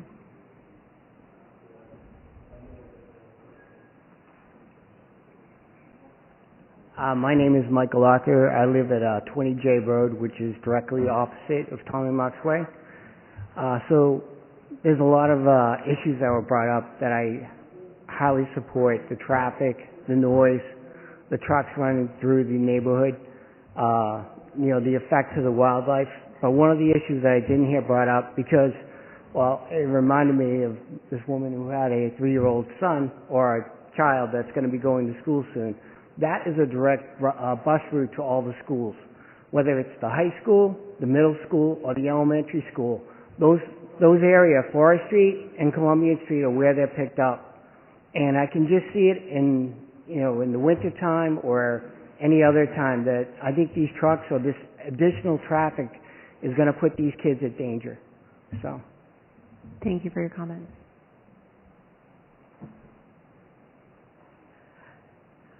So again, thank you very much this evening.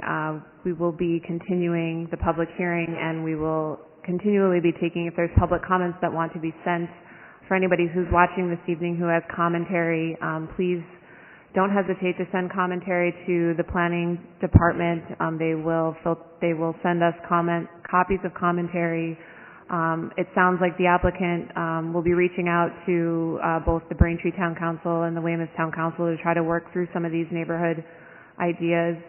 There's been a lot of good commentary about how to screen the residential neighborhoods, whether that's lowering Building B, installing some sort of landscape buffer, looking at mechanicals on roofs, and kind of just really putting forth the best effort to screen the buildings and provide buffer space for the neighboring uses, I think is important, and we'll be looking, to see what we can do about that. I think the director had something to add.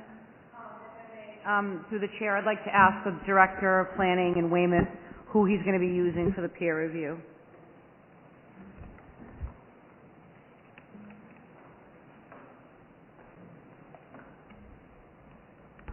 We haven't made a final determination yet, but I believe it's going to be Green Affiliates. They're out of, I believe, Tewksbury, but I could be wrong. But we haven't made a final decision. As soon as we have, I'll give you notification on that.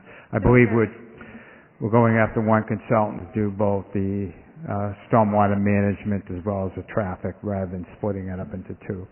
As soon as we make that decision, we'll be making it, I believe, before the end of the week, and I'll get it over to you.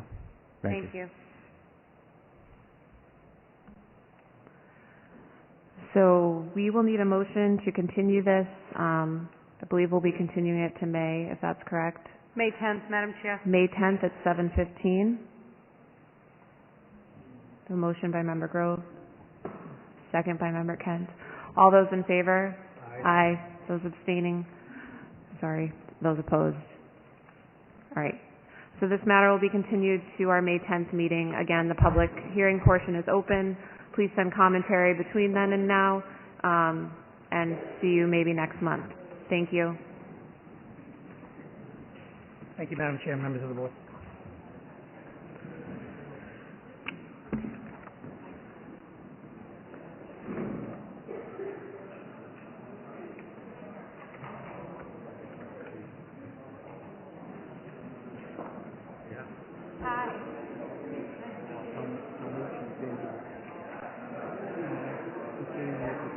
Does any board member need to use the restroom? Does anybody want to use the restroom while this is clearing out? Do you want to use the restroom while it's clearing out?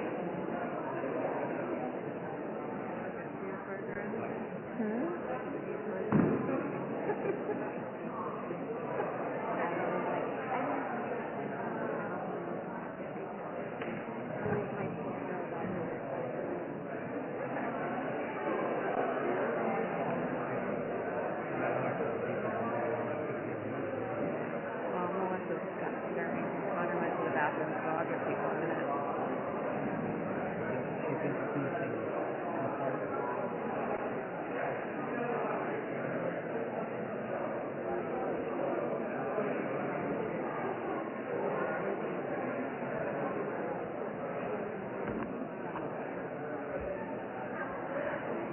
Just a reminder that this is still an ongoing public meeting, and we will be moving on to the next applicant. If there is anybody who would like to discuss the previous project offline, if you could please take it out into the lobby, that would be much appreciated. Thank you.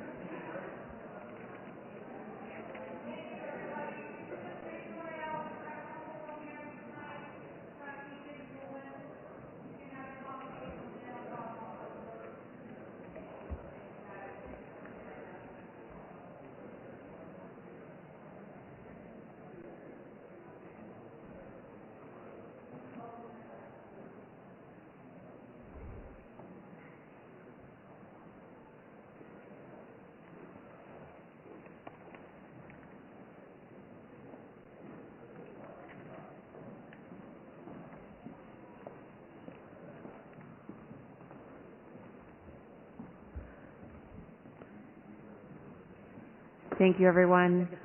The next item on our agenda this evening is a continued public hearing for 357 and 365 Grove Street, which is a site plan review file number 22-02. Liberty Grove LLC is our applicant. This is for a proposed CVS pharmacy. We will be reviewing the work that the applicant and the town have done between now and the last meeting, and we also have a peer review that is underway and I believe back. So we have our consultants here this evening, and Member Connolly is recusing herself from this one. So thank you, Member Connolly. If the applicant wishes to open, that's great. Members of the Planning Board, Michael Modestino representing the applicant, Liberty Grove LLC, George Clements. Since the last meeting on March 8th, we've had a number of reports submitted by the peer review experts engaged by the town. We also have had a number of responses from the engineers and experts hired by the developer, Liberty Grove LLC. Frankly, there's not a great deal of disagreement going on between both sides' experts. For instance, at the Conservation Commission meeting on April 7th, 2022, my client accepted all the recommendations made by Deborah Keller of Merrill Engineering in her report on stormwater management systems and wetland compliance dated March 21st, 2022. My client agrees that more test pits are needed for the site, and my client's engineers, Hardy and Mann, civil engineers, are preparing a plan to address these issues. They could not get it done by the time of this hearing, however. The issue of lighting and impacting the neighborhood came up at the prior meeting. My client has since engaged Hubble Lighting, the national vendor for CVS, to come up with a plan that minimizes the impact on the surrounding neighborhoods so that the lighting is focused and directed at the building and not at the neighbors' homes. My client is working through the landscaping recommendations made by Deborah Keller of Merrill Engineering and has agreed to move back the project by 3 feet in order to preserve some arborwood shrubs that were identified in Ms. Keller's peer review. Garrett Tunison, my client's expert environmentalist, agreed. The traffic peer review came in on March 30th, 2022 from Bob Michaud of MDM. The report is valuable and a good source of information. My client's traffic engineer, Randy Hart of VHB, agrees with most of the recommendations in Mr. Michaud's report, including restricting the left-hand turns at Grove Street at critical times of the day, such as the 7 to 9 a.m. time frame, 4 to 6 p.m. time frame on weekdays, and possibly even the 11 to 2 on Saturdays. My client is going to work and spend money if approved, to get traffic lights at Liberty and Grove retimed to avoid traffic congestion. There's an issue that came up in the peer review of timing of the lights, the difference between the timing being 100 seconds and 138 seconds. My client vows to work to try to resolve that. My client is working through all the peer review recommendations and feels that nothing is insurmountable. We know that an email came in to Councilor Mackin from a neighbor that lives across the street from the project, and that neighbor has some valid and legitimate points. My client intends to address all of his issues and will do what is reasonable. He has reached out to this neighbor and will continue to conduct a dialogue with him so that the issues that he is concerned about can be addressed. At this time, I'd like to introduce Randy Hart of VHB, who has done the traffic study for my client's proposed project. He is working with Bob Michaud of MDM, and there's no major disagreement over Mr. Michaud's recommendations. He is here to address the traffic study and related issues. Good evening, Randy Hart. I'm a principal with VHB. We perform the traffic work as was already mentioned. In the interest of time, I'm going to be very brief. I'm going to just highlight a few of the things we've been working on with your consultant and tell you about some discussions we've had with Mass Highway. So Grove Street, as you probably are aware, is owned by Mass DOT, and as a result, we're changing driveways, we're adding a different use, and so we need an access permit from Mass Highway. So anything we do out there, we have to run up the chain at the district level. So with Bob's comments relative to access, we made some suggestions for changes, as he did as well, and we wanted to make sure that Mass DOT would likely approve such changes. So let me just run through the changes real quick so you understand all of them. So under existing condition, Grove Street has two fairly wide openings today for the former use and one on Liberty Street. Under the proposed plan, the two on Grove Street would be consolidated down to a single driveway, and it would be moved all the way to the southernmost location to be as far away from the traffic signal as possible.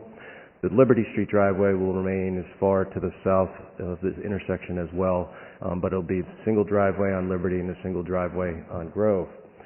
Under the proposed plan, that we know, and Mr. Michaud pointed out, that taking a left turn during peak hours can be difficult and certainly would be.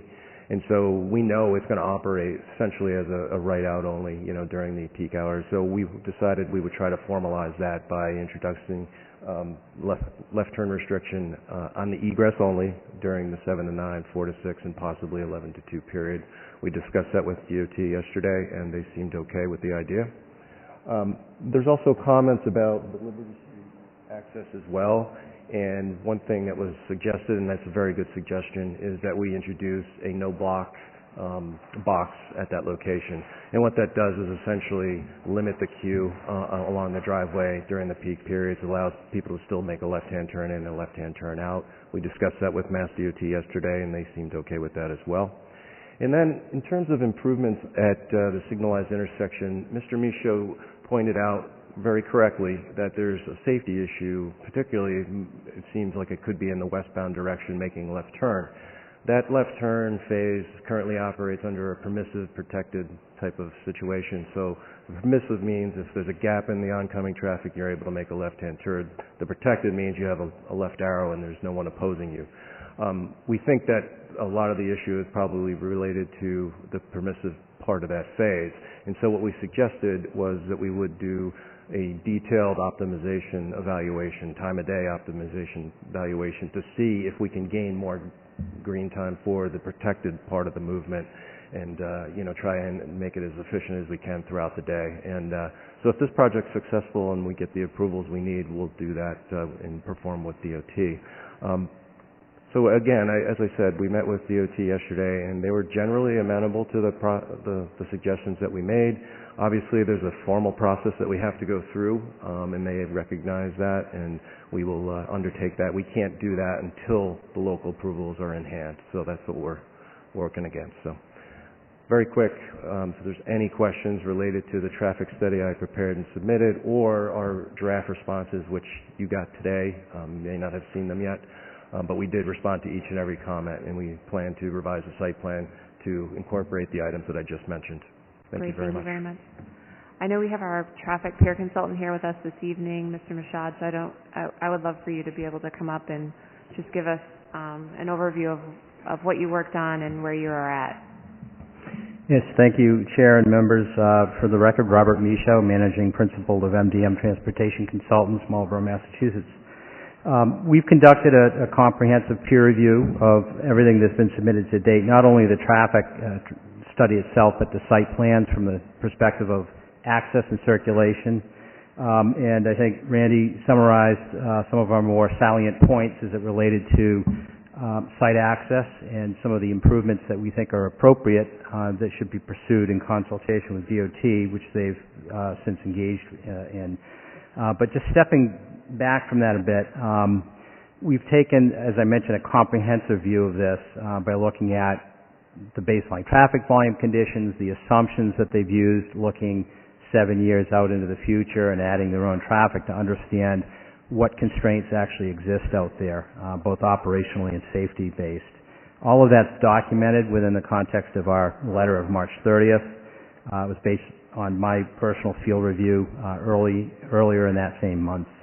In addition to reviewing that, and it's important to understand the context of the project and that it sits relative to an ongoing corridor study of the Grove Street corridor, as well as other prior studies, 60 Columbian in particular. So all of that information was incorporated into our review. As we look at some of the recommendations that Randy walked you through, it's important to understand that over time there will be changes made to the corridor. We're not aware of any particular funding source to implement recommendations that are now being drafted by the CTPS as part of the Grove Street corridor study, but it's important to be planning this particular site so that it does not preclude any of those particular elements that might be identified. And as we're hearing from other area projects, the one prior, bicycle and pedestrian accommodation features are an important consideration in that regard and are central to some of the recommendations that we see coming out of that corridor study. So I'm pleased to say that in our review of the submitted material that there's nothing that is precluding any of what we've seen for recommendations of CTPS, the corridor study on Grove Street, which is a good thing. So the recommendations that Randy had indicated they'll pursue really are valid short, near-term improvements that we think will gel with those longer-term objectives of the corridor. The primary balance of commentary really relates to the site plan itself, and while we didn't do a thorough site plan review per se, we did look at specific circulation aspects, parking, etc., and we are awaiting more formal responses to those comments. The more pertinent commentary had to do with several areas. Parking and the orientation of parking closest to the Liberty Street driveway, which are shown in the site plans to be reserved parking. We believe that there should be some careful thought given to whether or not those spaces are actually even potentially built because of their proximity to where a higher level of inbound and outbound traffic will be occurring. We also focused our efforts on the drive-through facility to ensure that it would not unduly affect the ability for patrons to park, circulate within the site. Randy, in his response, actually did clarify, based on actual empirical information, that the drive-through design as currently proposed will properly accommodate maximum queuing based on those characteristics, so we were pleased with that outcome. We're still looking for some confirmation on how circulation nearest the Liberty Street driveway will work, particularly emphasizing a one-way travel pattern along what would be the southerly aisle as you come into the site. So there's a little bit more homework that needs to be done on the site plan to address those particular concerns. But we have very briefly looked at the responses that were submitted this afternoon by Randy at VHB. We believe that they're generally responsive to what we've flagged as points of clarification and additional data, and we'll formalize those particular comments in a letter form for an upcoming hearing. Great, thank you so much. Thank you. The acronym on the corridor study, what was it, CTPS, what was that? Yeah, the Boston Metropolitan Planning Organization really was, the lead agency for that study, but the Central Transportation Planning Staff, CTPS, was the planning branch, if you will, of the MPO that conducted that study. We know that a draft version of that quarter study was issued in March of this year. It's just hot off the presses. We had the benefit of seeing some of the initial recommendations of that study, which included what are known as complete streets design features. That would be separated, protected bike lanes, for instance, along Grove Street, additional sidewalk elements, driveway consolidation, and as it relates specifically to the Liberty and Grove Street intersection, some lane arrangements and signal rephasing that in the long term would benefit safety. Thank you. Okay. Yeah, I'm here for any other questions. Okay. Thank you. Great. Thank you so much.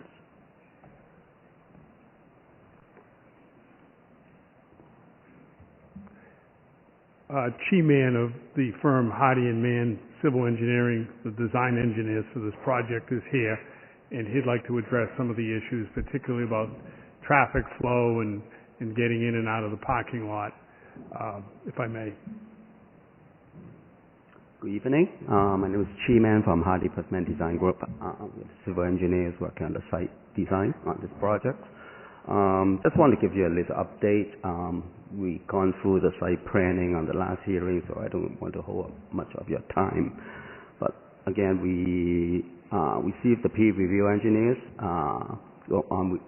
We spec on the stormwater design. We basically agree on everything that they recommend. They recommend a different method of or using different value to analyze the stormwater and additional test pit. We did some early on test pit, but as we designed the site, some of those infiltration areas not exactly where the old test pits are, so we are planning to do more test pit next week to justify the design. We are using different products on the underground infiltration system just to provide more volume at this point. So as far as the site access, and also just to update a little bit on the wetlands issues. So we concur with the wetland scientists peer review. They asked us to move a few facts, and so only one of the facts really within our site development area. I can point it out to here, where is the close to driveway, the driveway windows on that retaining wall. By moving that fact, they recommend moving the fact like 3 feet, so it's encroaching more into that driveway. In the result, is only 25 feet or so additional impact. And I believe our mitigation plans actually have almost 4-to-1 mitigations, much more than the usual 2-to-1 mitigation. So we believe that we have addressed that issues, and there's no additional temporary impact because we always consider the area we need to build that retaining wall. So for the site circulations, one of the comments on MDM suggested this row of parking, the 11 parking along the Liberty Street entrance. So this is actually a one-way. We have signage to designate one-way, but they suggested that to be angle parking, and we did look at that, but if we do the angle parking, we will end up having a longer parking area, which is going to be either further reduction of the parking or have more wetland impacts. And based on our experience on the CVS program with this site, we look at all the CVS sites, we never see a full parking lot, and we feel that the parking we propose pretty much meet our demand. And also the reserved parking area, we show that area to demonstrate we can build it, but we basically, we're asking for the board to give us a parking reduction. We have no intention to build those parking at the island here. On an environmental standpoint, it make no sense to build parking that we don't need. We prefer to have more green space. And again, we are working through the stormwater modeling at this point, so we should be pretty much wrap up next week and have a revised site plan. Will be in a week and a half or so we submit to the board. Great, thank you. I think we have, on behalf of Merrill Engineers, our peer consultant, Ms. Keller. So I was just hoping you would be able to come up and just go over what you found in your peer review and just update on the path forward. Sure. I just lost that. Deb Keller again with Merrill Engineers and Land Surveyors. Thank you for the opportunity to review the project. We did submit a letter back March 21st. As mentioned, we did ask for some clarification and some updates with regard to the stormwater analysis as well as design components on the site. To go through it briefly, we were looking, one, for if there was any opportunity for rooftop recharge or collection for limited or low impact design or green infrastructure, if there was any thought to that in the design. Sometimes that's difficult, but we'd like to hear that was at least thought out, and maybe it doesn't work, and or maybe they can find something that they could incorporate into the program. In regards to the stormwater analysis, we were looking for some additional information with regard to the watersheds, grading on the site, the constructability, and a little bit more detail on the retaining wall in the rear that runs along the wetland limit to ensure that can be installed without further impact to the wetland resources. And as mentioned, I think some additional soil testing in the locations where the infiltration systems are proposed to verify the design should be shown, as well as a few more sizing calculations with regards to pipe sizing and watershed direction of where the water is being directed and collected, and making sure that it gets into the stormwater systems themselves and is treated and attenuated. Let's see. We did review through the local regulations as well as Mass DEP. So again, looking for some additional design calculations to support the system that's proposed. It sounds like we'll be getting some revised plans to look at shortly. Some additional information would be showing the erosion control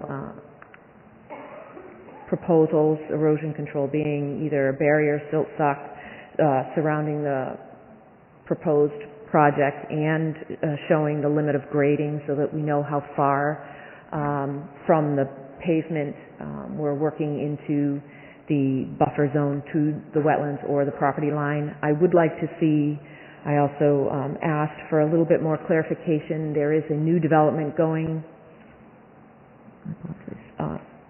to the east of the property currently, and just trying to make sure that we have the two sites coordinated and we're not impacting one with the other.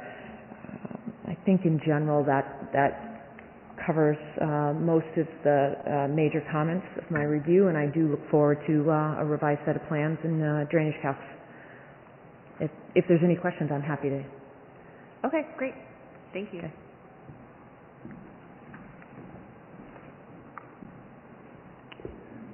I would simply add that we have accepted, or my client has accepted, all the recommendations of Ms. Keller, and we hope that the firm of Hardy and Mann will be able to respond to all the questions that she had made in her report. My client does own the adjoining property to the left of the CVS property, the Goddard School. I would also say that my client is amenable to most recommendations that are being made, and just on another note, he's going to plan on putting a couple of bike racks in there. He had planned on that from the get-go. So the experts for my client are here and can answer any other questions you have, but that's really all I have for now. We have to do some more work, obviously, to get this ready and make it ready to be acted upon one way or the other. Great, thank you. Thank you. Just a reminder to the public, this is still an open public hearing, so if there is anybody in the audience who wants to comment on the project, please let us know, come forward to do that. Would you like to?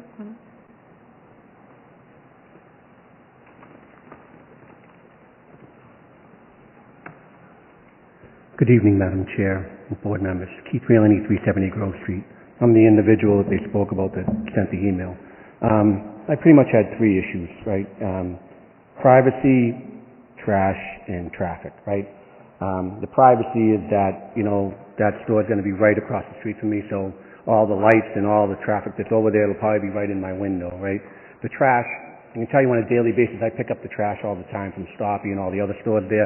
It's just an event that I'd like to try to, remediate somehow with the new business. In traffic. I know the engineers did their study and did all that. The last 2 days that school has opened up. I just wish people would come out and take a look at that. And I know they're trying to mitigate it with no left turn at certain times, but anything indication that school taking a left-hand turn is going to be something I'm going to live with every day, right? It's crazy, right? And it's weird. You can't control people, right? But I watch every day that people ride that yellow line and make a second lane down by the dental office, right? And so now people are going to be taking a left-hand turn. They're riding that's not a double lane on that right-hand side, and they're flying down there all day today. I sat out this afternoon when school was getting out, and there was almost a couple of accidents already, right? And I don't know how much of that traffic study has looked into that. I don't know if there's something that they can do in regards to putting some type of middle barrier up there so they can't ride that yellow line. I just don't know. I mean, it's pretty crazy there. I know that they're going to close those two current entries that had the gas station and move it down across the street to my driveway. And my concern is that, if they can keep the no left turn, that's going to help. But doing it just a couple of times during the day, to me, it's going to be just, an ongoing thing for me to live with the next 25 years. Thank you. I don't know if anybody from the applicant or the peer or our peer reviewer has any further thoughts on that consideration.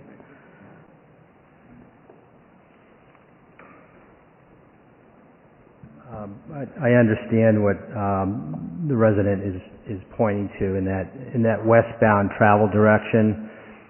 Folks tend to try to force that to be a two-lane section, and really it's not.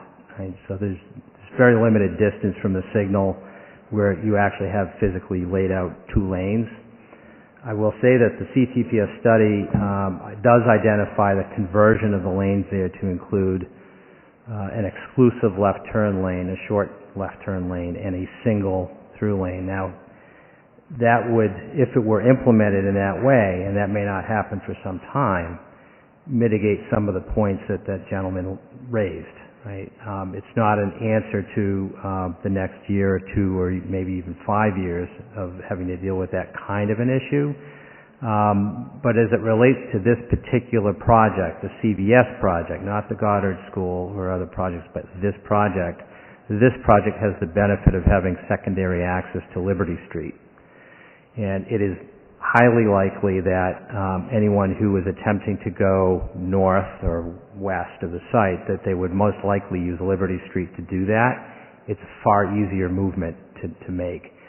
So while the applicant in this particular case is committing to legally restricting the left turn movement during certain times of day, as a practical matter, we believe that most patrons, if not all patrons, would tend to gravitate to Liberty Street and not create the issue that the gentleman had pointed out, at least for the CVS site.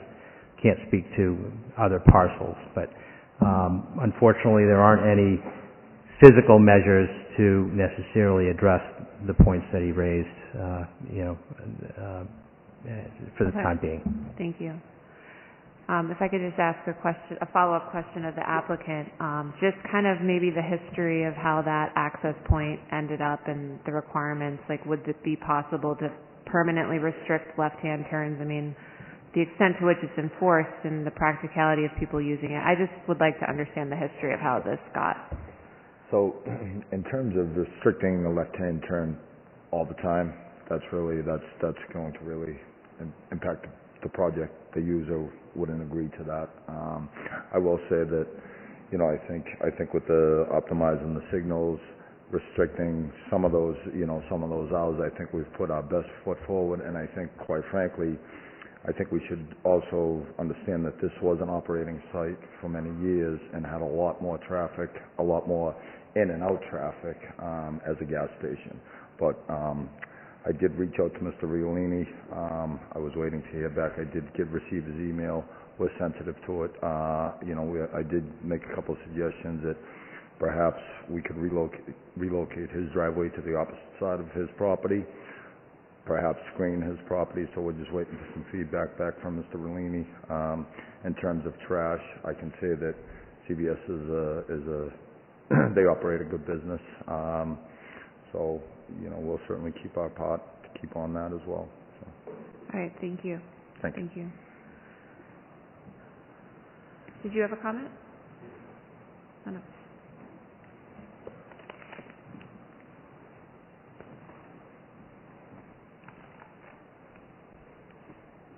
Dennis Charlin, Seabury Lane. Two questions to consider or about the peer review study or the traffic study in general. Probably difficult to project this, but you have land for sale directly across from that where the old ATM used to be there. You also have a home for sale that is actually zoned commercial right behind the market, the bodega kind of market right there on the opposite corner. Assuming those both kind of turn commercial or are used for commercial purposes in the near future, is there any way for the studies to consider what the impact of that would be, kind of compounded with the proposed use of this property, I guess is the first question. And the second question is I would envision anyone coming in from Liberty that wants to go back, so from the south heading north to this property, that wants to go back up Liberty, is probably in a matter of convenience going to do what many people do, which is cut through Birch Street to Forest and go back onto Liberty again, rather than trying to take a left out of the CVS, the proposed CVS, back onto Liberty. Just given its proximity to that intersection, that would be extremely difficult to do. So something to consider is you've got a very kind of thickly settled residential area that would be used more prominently than it is already as a cut-through, so maybe use of speed bumps, no throughways, monitoring to try and prevent that, because it's already unsafely used as a cut-through at a pretty rapid rate of speed. But thank you. Great, thank you.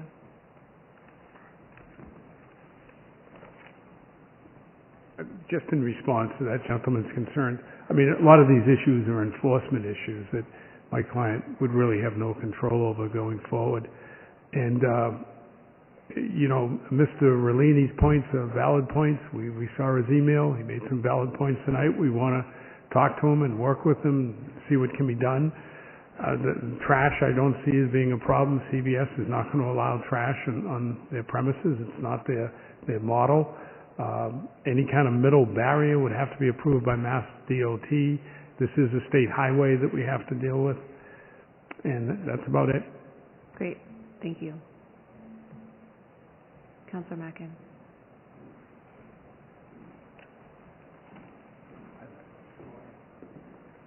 Larry Mackin, Town Council. This project is also in my district. And I've talked with Mr. Orlini a lot, regarding his concerns, and they are very valid quality of life concerns. I've also talked to the applicant a lot, and he has been very understanding about those concerns and willing to address them, especially the lighting and the privacy issues. Anyway, there has been a willingness to be collaborative. And as far as traffic goes, that intersection does have a lot of problems, but that was pre-existing, and work does need to be done there. I think if there is any way we can get the state to move along, I saw plans years ago. Anyway, that's not specific on their responsibility, but I do understand the concerns there. They are valid, but they're, I think, a larger issue than specific. Yeah, we even heard it with the previous applicant there.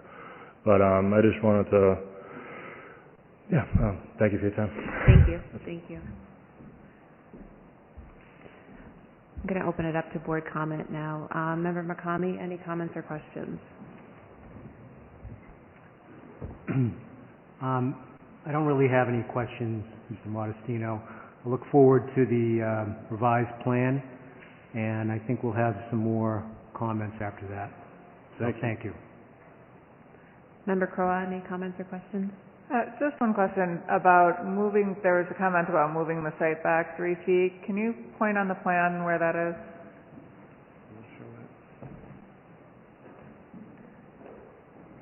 Moving the site back 3 feet.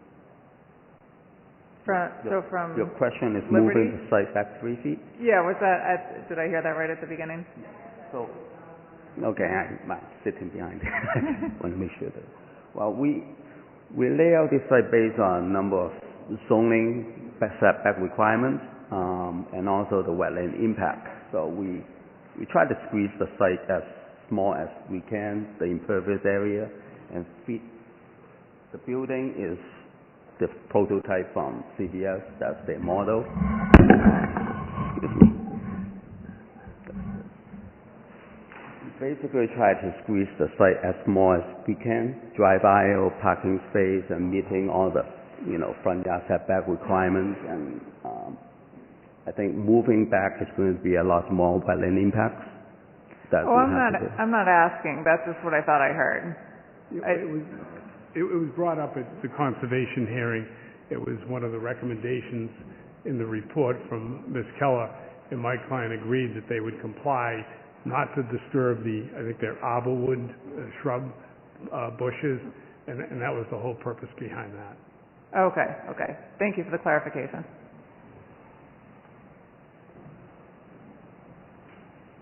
That's it. Okay. Member Grove, any comments or questions? No, thank you, ma'am. Member Kent, any comments or questions? All right. I don't have any other further comments or questions. I look forward to seeing kind of the final product when we've had a chance to kind of work through all the outstanding comments with the residents and the peer reviews. So I think, Director Santucci-Razzi, please chime in. I want to talk a little bit about timing. I don't know about you guys, but days go by really fast nowadays. And Monday becomes Friday before we know it. So the deadline to submit the revised material is April 25th. I would ask the applicant to get those materials in as soon as possible because I need to get it back out to Mr. Michaud and Ms. Keller, and we want to get those comments back at least a week before the planning board meeting so that if there's any last final touches that we can do that. So absolute last day for the plans is the 25th, but if they can come in sooner, that would be very helpful. Everyone's very busy now, I understand that, but we just want to keep this moving. We want to have a chance for one more round of the peer double checking the responses. Thank you. Some of the material are ready. If some of the materials are ready, would you like to submit those first, like landscaping, lighting, or so forth? No. You One want one package? Okay. One package. We can barely handle one package. Thank you. And is that timing's all right for the applicant? Yes. All right. So we would be looking for a motion to continue this to our May 10th meeting at Yes. 7:15. Yes. A motion by Member Grove. Do we have a second? Second by Member Kent. All those in favor? Aye. All those opposed? All right, we'll see you on May 10th. Thank you for your time. Thank you very much. Thank you.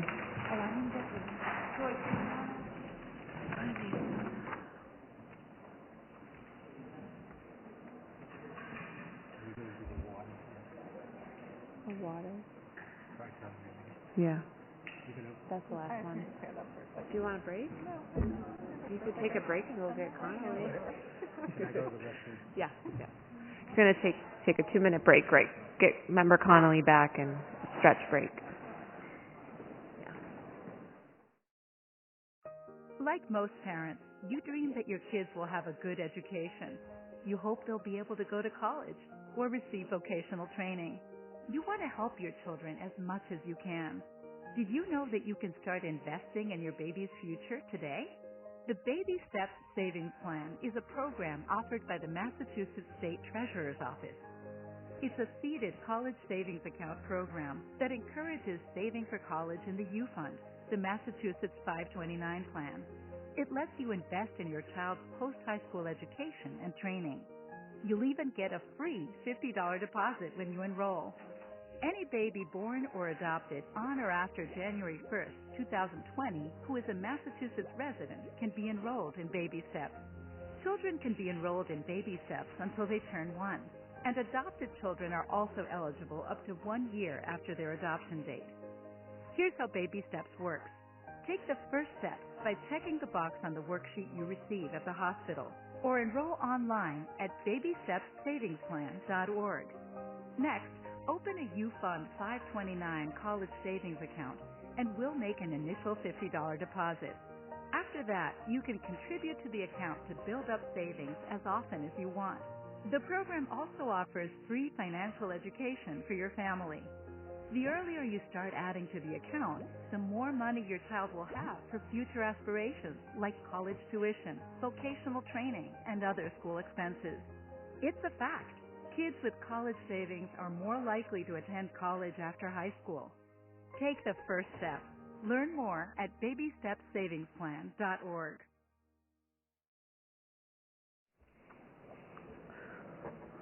All right, the next item on our agenda this evening is 300 King Hill Road, Special Permit Site Plan Review, file number 22-01.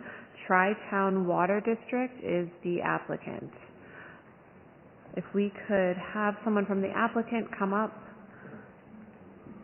And I believe we opened the public hearing at the last meeting, but we didn't have a presentation, so please feel free to start.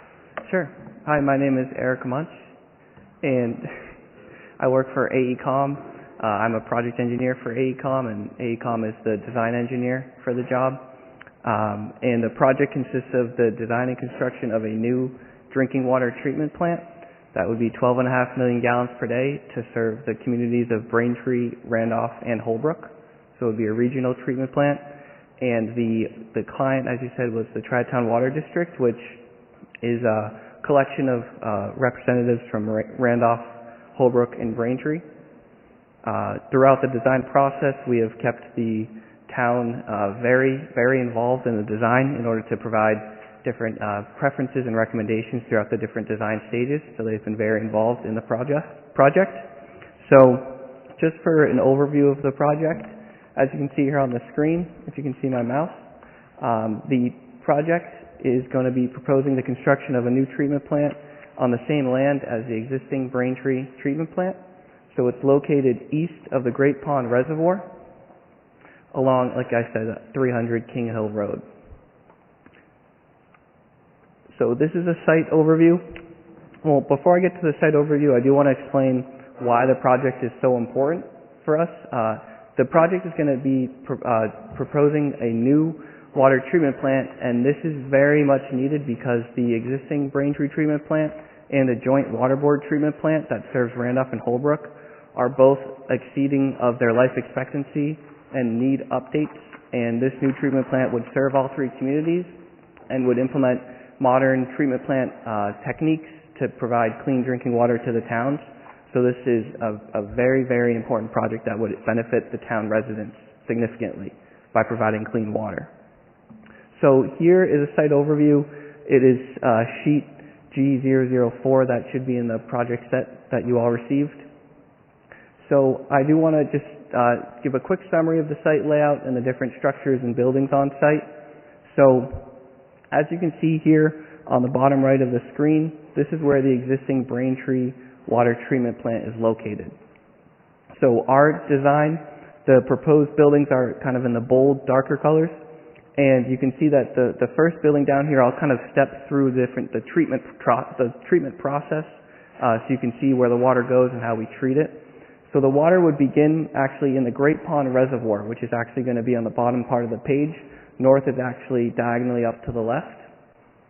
So we would be reusing the existing intake structure as the existing Braintree treatment plant uses, so that we aren't going to be doing anything with the water intake. There's basically two 48-inch pipes that go out into the Great Pond Reservoir, and water flows into this intake building in the bottom part of the page. So the new building would be this raw water pump station is what we call it here, and it's located really close to the reservoir and the intake building because we need the water to flow by gravity to get to this raw water pump station, because from there we have pumps that are going to pump the water up along King Hill Road and up along our access drives to this water treatment plant building, which is in the center of the page. So once the water gets up here, this building is located at the high point on the site on purpose, so that once we pump the water up there, that all the treatment processes can occur by gravity flow, so that we can reduce pumping costs and not have excess energy costs. So the water is going to enter this treatment plant building up here, and then it's going to go through the various stages of treatment of coagulation, flocculation. We have gravity filtration, and basically once the treatment occurs up in this treatment building, it's going to flow by gravity down to this clear well tank, which is going to be a holding tank for our water where we're going to disinfect it. And then we have a finished water pump station building sitting directly on top of that clear well tank. And that finished water pump station building houses finished water pumps that are going to pump the water out for distribution to Braintree, Randolph, and Holbrook. The other structure on site to the right here is another concrete tank. It is just another water holding tank. This actually holds our wash water after we backwash our filters. So when you backwash our filters that are up in our treatment building, you get a lot of the media and the particulates to kind of wash out of the filters, and then that goes to our holding tank, which we then will recycle back to the head of the plant. So we don't have a continuous waste stream of a lot of the water. We're trying to reuse as much as we can. So that's a quick overview. Our treatment plant building up here actually has two different portions. As I said, it has a process area side, but it also has an administrative wing where we have a couple offices. We have a mechanical room, an electrical room, some facilities, and so it's basically split up in two parts. So we do also have a few stormwater basins on site. We have a infiltration basin to the north of our treatment plant building. We have a pocket wetland located kind of to the east of our main access road, and we also have a lined detention pond located about a little south of our clearwell structure. And as for I guess other permits, we have received our zoning board of appeals permit, and we've been to many conservation commission meetings, and we've adapted our design and adjusted to meet their comments on site in regards to a lot of stormwater concerns as well as just overall site layout issues. So that's, I guess, an overview of the project. I would like to discuss and accept the draft order of conditions that was provided by the staff, and I didn't know if we wanted to step into that to discuss those, or if you had any questions from the board first about the summary of the project. I think we'll take, I'll just have staff kind of update if you're done with kind of the introduction of the project. If I could just have staff kind of update where everything stands in your review of the project, and then we'll open it up for comments from the board and public as people want to comment. Sure. Thank you, Madam Chair. So as the board can see, I had written a staff report before the last meeting. The applicant decided that they wanted to continue to address some of those comments. So we've been working with the applicant team and also Jim Arsenault, the DPW director, to work through some of the questions that had come up and how to resolve some of the concerns that we had.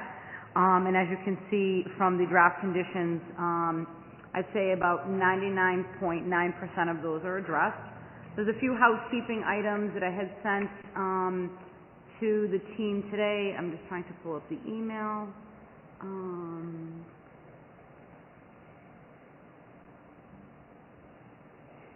Bear with me for 1 second.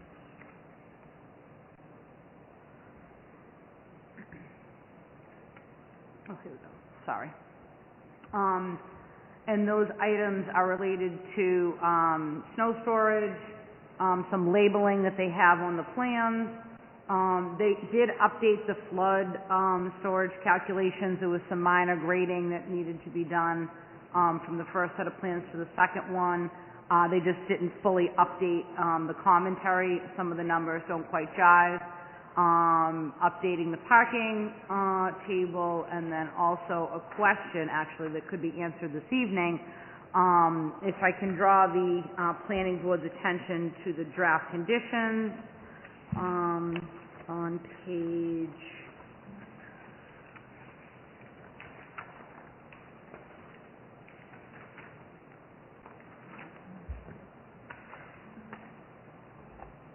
sorry about that. There's a table. Oh, page 7. Sorry, I hate double-sided. Page 7. So the applicant did a cut and fill analysis, and when we had been meeting with Mr. DeFrancesco, who isn't here this evening, he had described that it's a balanced site, and the analysis actually shows that there's a surplus of about 5,700 cubic feet of material. So one of the questions is what's going to be happening with that material. Is it going to be taken off site? And sort of what is the plan around that? So the other items are just, like I said, housekeeping, me, fine tuning and going through the plans, making sure everything jives. They did address most of the other questions. There's some additional engineering, minor engineering work that needs to be done before they start work, and those are outlined in condition 9. They need to document some additional survey work, and they need to do an A&R plan. There's different ownership for the lots out there. Some are owned by the town of Braintree, some are owned by the Tri-Town, so the Braintree lots will be combined, the ones that can be, and the Tri-Town lot will be a separate lot. The ownership of those parcels is not going to allow them to combine all of the lots into one large parcel, which may require them to return to the Zoning Board of Appeals and obtain some additional relief. But that's all detailed in here, and there's assurances in here that those items will be completed. They've been discussed with the applicant in detail, and they have not expressed any concerns related to those. Which is the condition related to the survey? Those are in condition 9, so prior Okay, to the start of the authorized activity, and then it lists a whole bunch of things. So we tie that, it's 9I, Madam Chair. The site plan set has a lotting plan that includes a whole bunch of lot lines and dimensions and zoning information. So we've asked for that plan to be confirmed and completed by a licensed surveyor and stamped as well. And then any revisions. We've taken a preliminary look. Things look okay, but again, we need to make sure that that's done by the appropriate professionals. Great, thank you. I don't have any further comments. Thank you, Madam Chair. And just a reminder, this is an open public hearing, so if anybody from the audience wishes to come up and make a comment or ask questions, please feel free to come up to the podium. Not seeing anybody jumping up. Member McCamey, put you on the spot first. Any comments or questions? All right. Thank you, Madam Chair. Could you tell us how long this project will last? Do you mean the construction of the actual job? Yes. So if you started it, July 1st, how long is it going to go? I'm thinking it would be anticipated of about 2 years of construction. I think that's kind of a ballpark that we'd be looking at. 2 years? Yes. Okay. And is our water going to suffer in the 2 years? No, I think your water is still, your water's still in good shape. It's just this is going to be improved treatment. Okay. And also would be helping out Randolph and Holbrook as well. Perfect. To replace Does the Tri-Town Commission have all the funds necessary to complete this project? Do you want to speak to that, Jim? This is, I'm Jim Ross, work for the town of Braintree and also live in the town of Braintree, 37 Old Coach Road. So, yes, they have sufficient funds and each of the communities has appropriated or reserved the funds for those, each of their components or their parts of the project. So they are in place. Okay. One more question, Mr. Arsenault. Are we increasing the capacity, of our water production?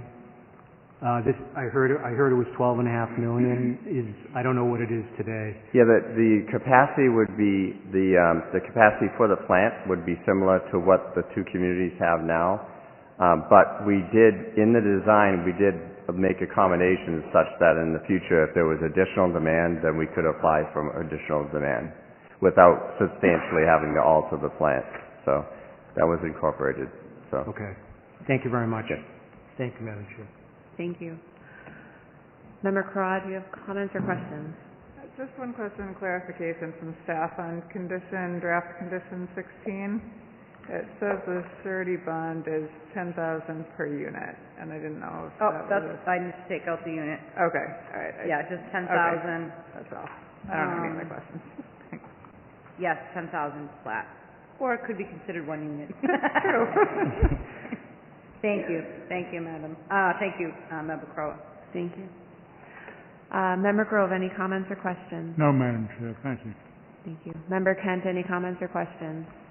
I'm just looking at the March 1st report, and we're talking about, on page 7, easements needed for access and egress. The land is not owned by the Tri-Town Water District. Who is it owned by? Is it town of Braintree or? I believe that, do you know who the land's owned by? I believe that some of the land was owned by some of it's owned by Randolph? Good evening, Helen Gordon, Environmental Partners. We're the OPM on the project for the towns. So we represent Tri-Town Water Board. There's a number of parcels that are in the general area, and some are owned directly by the town of Braintree, and some other ones are owned by a combination of the three towns together. And so that's why it has to be coalesced and created. So that's something that came up more recently on the original assessor's information in Braintree. It indicated that the properties were all owned by the town of Braintree, but that's not the case. So now it has to be surveyed. The surveyor is already on board, signed up, and they've already started their internal work, and they should be going out in a week or so to get that started. So I can assure you that that will be done prior to the project getting constructed. Okay. If I may, Yes, Madam please. Chair, that's also addressed, Member Kent, in condition 9H. Okay. Thank you. Is that it, Member Kent? Unless I... That's it, yeah. Member Connolly, any comments or questions? Yes, thank you. Could you discuss the access to the site and how that's controlled, please? Sure. So the access to the site is going to remain as the same access to the existing treatment plant. So if you can see the screen here, up onto the right this road actually extends to the Sons of Italy, which is actually kind of, it almost looks like a dead end because that's where the access gate to the existing treatment plant is. So what would actually happen is you would actually travel along King Hill Road here, and instead of continuing straight to the existing plant, you would actually take a right and travel up the hill up to this access road that surrounds our new treatment plant. And we also have a fork that accesses the finished water pump station that the building is located a bit lower on the site. But again, the site would not be for public access. It would just be, it would be blocked off with an electronic gate similar to as right now. Thank you. Thank you. I just had two comments. One is with regards to floodplain and the considerations for resiliency in the future for the project, just in the selection of the elevation above the floodplain and just kind of ensuring that this wastewater treatment plant that's going to be new is going to, be viable, whatever the future may be from a climate and sustainability perspective. Yeah, sure. So right now, I'll scroll down to our grading plan so I can actually show you the raw water pump station building located in the bottom right here is the only building that's going to be impacting the bordering land subject to flooding near the 100-year floodplain. So when I go down to, bear with me one second.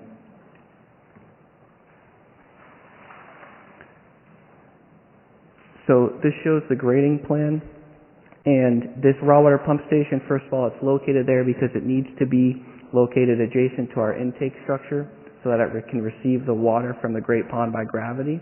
So that's why we needed to locate that building where it is. We couldn't shift it higher because we would want to reduce the head loss and length of pipe to allow for water to actually get to that building so we could pump it up.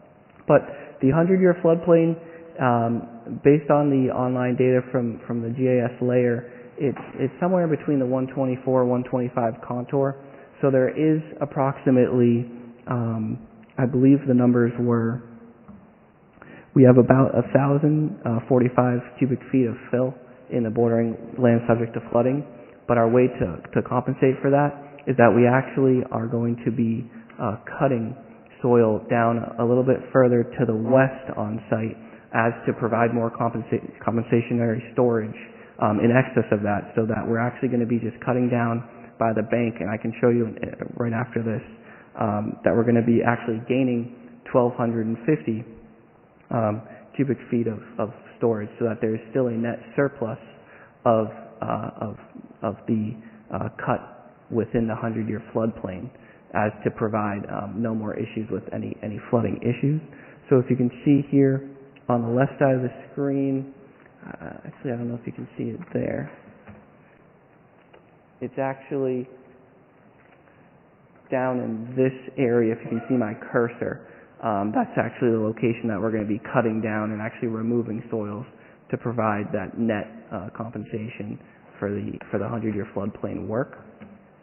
And as for your concerns of, I guess, like resiliency in the future, currently the overall treatment plant is built at a high point on site. The majority of the buildings are up high, so it's actually out of the floodplain, where the majority of the existing Braintree treatment plant, as well as the joint water board treatment plant across Great Pond, they're a lot closer to the reservoir.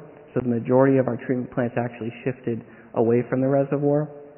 And currently, as for our raw water pump station, which is closer to the pond, at the moment it is over a foot above that 100-year floodplain for the moment, which does meet the planning board regs for the time being for, I guess, elevation above the 100-year floodplain. Okay, great, thank you. My second question is just with regards to the existing wastewater treatment facility. What happens when this is constructed, kind of just a brief overview of like the switchover process, and then what becomes of the old infrastructure, the buildings and... Sure.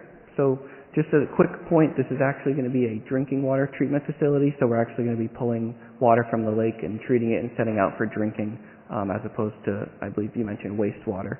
which is... No, I didn't, but... Oh, okay, It's sorry. okay. Just wanted to make sure. So the existing treatment plant is actually going to be operational at the same time as the construction and startup of our new treatment plant. So the goal is that once we actually can build our new treatment plant and show that and demonstrate successful startup and demonstrate the drinking water treatment parameters of removal of certain particulates and meeting all the requirements, the plan would be to then decommission the existing Braintree treatment plant as well as the existing Randolph-Holbrook treatment plant. As for what actually would happen to that, we're leaving that in the town's hands. That's not part of our decision at the moment.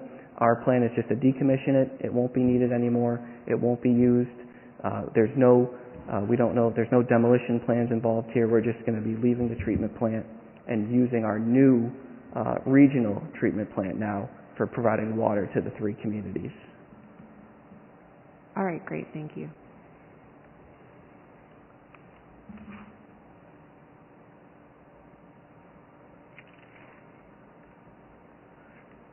So we do have, I don't know if there's anybody from the public that wishes to speak.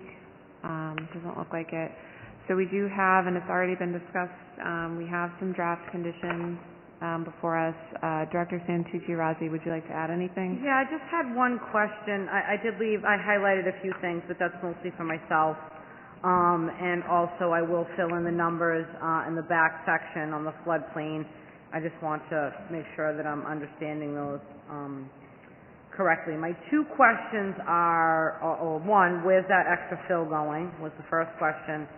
The second question is the plan to repave King Hill Road, and what's going on with the trash? Those are my 3 questions. Yep, so the first question would be regarding the cut and fill analysis. So that number of over 5,000 cubic yards, that definitely crept up a bit more and more on us while we were doing the design. I think it's a little higher than we realized. That's a little high to be balanced. Our plan is not to stockpile soil on site. We wanted just to lose it and just use it to regrade the site, so we didn't actually want any just piles of soil around the area. So we would have to reuse it to regrade the site, or also if there's excess, we would just have to truck it off. Okay. But we didn't want any stockpiles at the treatment plant. So the 5690 is leaving the site? Well, we would want to try to regrade some of it, and then the leftover we would have to truck off, so we could revisit, I guess, our numbers and clarify, I guess, what... So let me just back up here. So you have a ton of grading shown on your plan, and my understanding is you're going to cut, you have some substantial cuts for the basins, and then the 21, so you're going to cut about 27, about 21 and a half is going to be used to create those grades.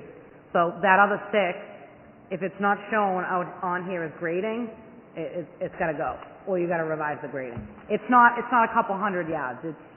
It's like a third of it's a little bit too much to say we're just gonna fan it out and spread it out. So, because that would mean you're disturbing more area and you're filling areas we'd have to see that, where that fix is. Otherwise, it's going. Yep, agreed. Okay. So let me know in like 5 minutes what you want to do. It's going. We'll truck it off. So, was that it with the first question? Is that? Yes. So the other questions regarding the King Hill Road. So the existing King Hill Road, our plan would be to mill and overlay this so that we would return it to the existing grade, so that we would just basically remove the top couple inches, grind it up, and repave it at the end of the construction so that it would be a nice smooth surface, but we wouldn't be changing the existing grade or any of the sub-base layers of the roadway. All the way to pond? Yeah, so basically I can show, it would go from the raw water pump station starting here going north all the way up to the Sons of Italy. I want to back up. I'm talking about King Hill Road. Oh, okay. So you're talking about this. I'm talking about from Pond Street to getting into this place. From Pond Street on Randolph? Nope. Oh, so from Sons of Italy to here? No, Sorry. the actual King Hill Road, the actual layout street of King Hill Road. If I might, Madam Chair, so you're talking about from the entrance all the way in, so the plan right now and what the I'm not talking about anything No. that's shown on here. I'm I know. talking about King Hill Road. Right, no, I understand that, King Hill Road. The plan is that is not part of this project, so that is not going to be. Okay. Yes, yeah. So we're just doing the work around the treatment facility Okay. that's shown. So, due to that response, 37 will be revised to say that proper protection, any damage, I mean, if they leave the site and that street is destroyed, they're gonna have to do some minimal work to it. If they, damage any curbing and things like that. We have a boilerplate condition that we can put in there.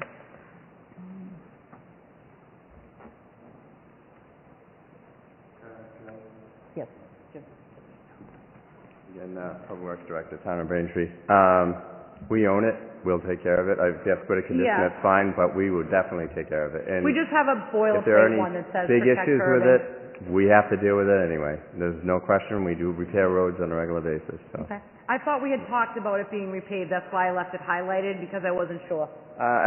We do have a regular cycle, which we do resurface roadways, and, I'm not sure where that ranks on it, but, obviously if it gets disturbed, we would take care of it. Yep, no problem, just wanted to make sure. I had a lot of notes.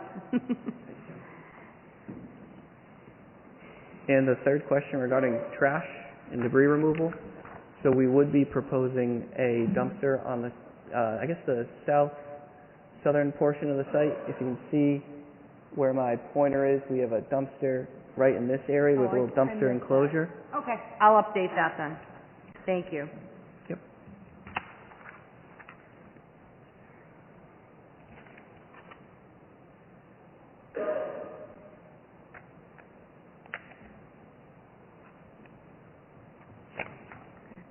I don't have anything else, Madam Chair, thank you. Thank you very much. I for the just have a follow-up question. I'm just going through the conditions. Condition 62, as it relates to the floodplain, it notes in the condition that the 100-year floodplain elevation is 124.5. I'm assuming that's coming from an AECOM response that is making some commentary on graphic depictions of floodplain boundaries and estimations at 124.50. So I'm wondering if that is an official determination of the floodplain for that, or if that will be something that the surveyor will be doing as part of their work. I'm trying to understand the delineation of the floodplain and where that's coming from. So you're correct that the delineation was from, as we mentioned earlier, a graphic depiction of what the 100-year floodplain was compared against to what the existing contours were. So it looks like it was cutting at the halfway point between 124 and 125 contour, which is why we were estimating that it was around the 124.5 elevation. At the moment, I don't believe that the surveyor was going to make any determination such as that, but we can discuss that additionally if that's another idea that you guys would like to explore. I don't necessarily think it's appropriate to put the approximation in as an assertion of the floodplain just in this comment. So if there's any way to revise this, that the floodplain work just speaks to being above the 100-year floodplain and maybe some determination. To the extent that someone would say from like an elevation certificate level that the floodplain is 124.5 and the work falls, within that area, I think there should be some more official delineation, determination, especially just given that the infrastructure is in the floodplain. So I think that protects everyone to have that actual delineation. What I can do, Madam Chair, is I can revise that, how you said, just saying above the floodplain, and then we can just add the condition for the elevation certificate after they do the survey work. They'll need it anyways for the building department. Yeah. So. I think just to confirm, if for some reason we want it to be a foot above or whatever we want it to be, but then we assign an elevation and that changes the elevation, we should just have room to adjust that accordingly or understand that. So Right, and again, it's just the tiny building. Eric, can you go back to that page? Yep. And they did do, as part of the revisions, they've done some more grading around that so that it's not just the first floor elevation. The building is kind of up on a little pedestal that grades down naturally. So there is some additional protection there as well. All right, thank you. I don't have any further comments. I think at this time we could make a motion. So we need to close the public hearing. So a motion to close the public hearing. Motion by Member Grove. Correspondence too. Yep, we'll do that next. All those in favor of closing the public hearing? Aye. Those against? All right. The public hearing portion, the public participation portion is closed. We now need to enter into the record correspondence through the most recent date. What is the most recent date on that? The 11th. The 11th? Oh, thank you. Do we have a motion? Thank you, Member Grove. Do we have a second? Member Kent. Going for the sweep tonight. All those in favor? Aye. All those against? All right. All right, we have before us the draft conditions which have been reviewed by the applicant, correct? Correct. And are acceptable as far as you've Yep, been able to review and as discussed this evening, the modifications? Correct, yeah, we would like to accept the draft conditions. Thank you. Chair will entertain a motion on this application. I have a question for Dirk. Do we need to make a separate vote on the parking? I noticed the reference to a vote on the parking and the conditions. Or is it Under voting on 80, the yeah, I mean, I was going to basically, if you vote to accept the findings and the conditions, I was just going to insert the date of the meeting. So if you're more comfortable doing it, that's cool, but I'm not concerned about it. So, all right, since I interrupted the flow there. You're going to mess up their sweep tonight. Motion to approve the special permit and site plan with conditions as drafted, modified as discussed at the hearing. We have a motion. Do we have a second? All right. All those in favor? Aye. All those against? All right. So thank you very much for your presentation this evening. Thank you. Look forward to drinking water. More water in the future. I should always drink more water, right? Yeah.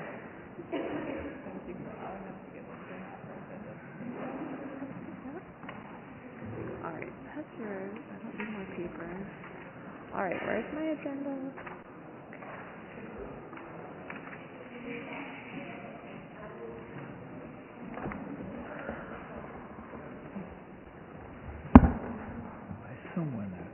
All right, thank you very much for hanging in there. This evening we have two items left. The next item is a minor modification for 44 Allen Street, file number 21-15, Wind Development Company. The applicant with us this evening. When the applicant's ready, please feel free to introduce yourself and the modification.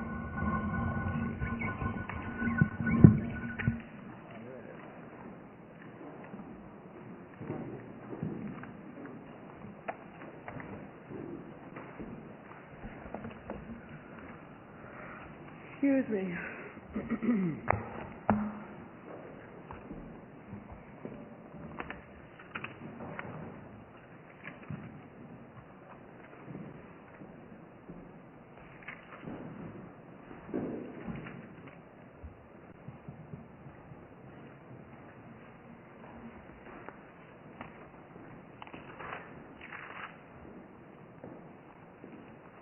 Who's the render?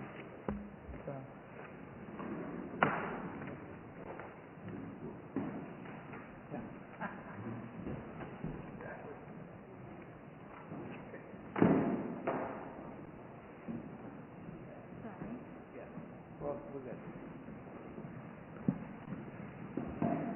Good evening, Madam Chair, members of the board. Frank Marinelli, pleased to appear this evening on behalf of Wind Properties and Arch Communities. And tonight we're hoping that the board will approve the minor modifications that we're presenting to the 56-unit development at the former Beld site on Allen Street. And with the minor modification approved, we would move on to acquisition from the town, to funding, and to development of the site. That is the plan. So with me this evening is the team that you've met before. We have Ramey Schneider from Wind Properties, Rich Relic from Arch Communities, our project engineer Jesse Johnson, our landscape architects Jennifer Ng and Mark Klopfer of Klopfer Martin, and also David Gamble here from Gamble Associates Architectural, and we have Tom Schultz from the architectural team. So just by way of background, as you know, Wynn and Arch are the designated purchaser of the former Beld site pursuant to an RFP that was issued by the town in 2020. And for years prior to that, there were community meetings, and it's a complex site, as the board knows, from having been over there and driven by it, living in the community. It's not the easiest site in terms of grades, topography, creative design, riverfront, coastal bank, resource area. It has everything, every challenge that you could have for development. And notwithstanding that, with the improvements that we have tonight, and some of those intended to bring down some costs so that we would have a palatable cost with seeking DHCD funding, because that is critical to this development. We've kept the same number of units. The units that were approved by the board in December were 56 units. 25% of those units, 14 units, were affordable within the range of 30 to 80% of AMI, and you'll see that in condition number 69 that the staff has prepared for tonight. Remains the same. 25% affordable, and another 25% are within the 80 to 120% range of so-called workforce housing. So that's 50% of the development. I don't think we have anything like that comparable in recent years. So it is a terrific project for the town. Let me just talk about the modifications.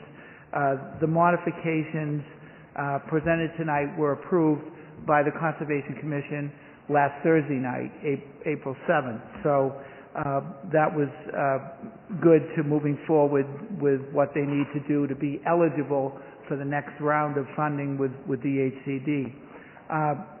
The minor modifications that we're presenting tonight were anticipated by the town.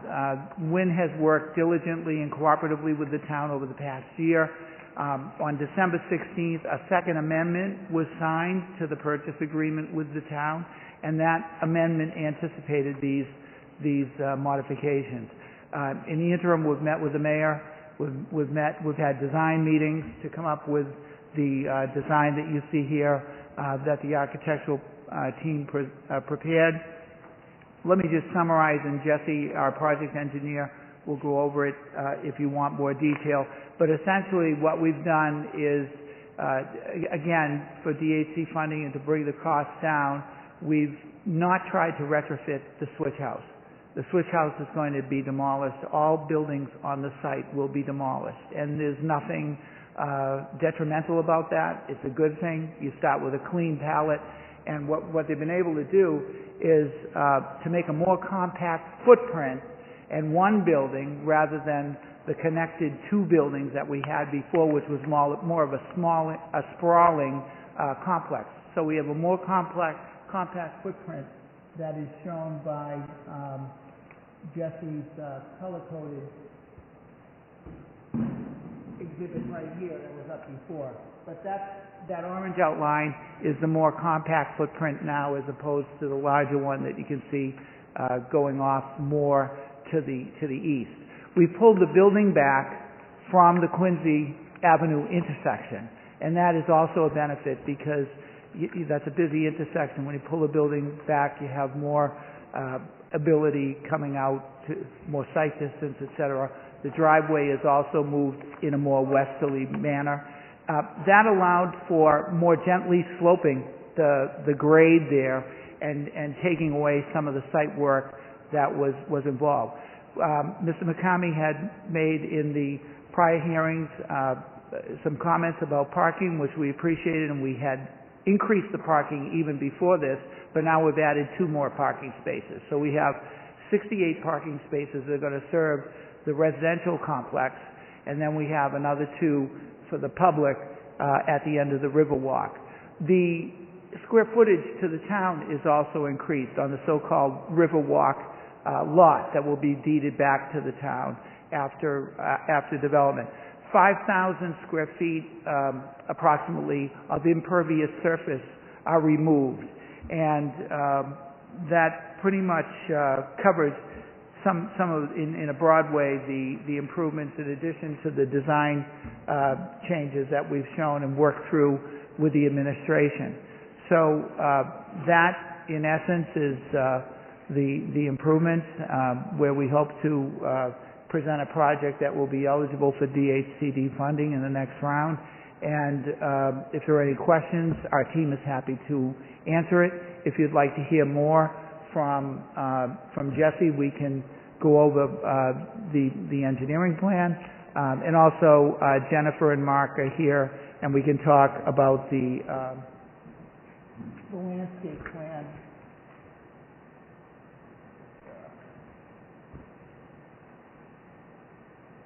The landscape rendering again shows the generous landscaping, shows the town, the so-called town public amenity over here, and we still have the separation of the residential from the public amenity that will be enjoyed by many people who are in the Watson Park area and now can come across the street and enjoy the other side of Quincy Avenue with the Riverwalk.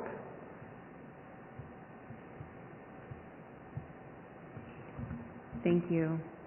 We did, if you go through the document that the staff presented yesterday, you'll see the highlighted changes, really the edits, are not substantial. And when you get to, paragraph 69, you'll see that the affordable component and the workforce component that I talked about are preserved. The 56 units are preserved. And that's, unless Ms. Santucci, Rosie has something to add, I think that we've summarized everything.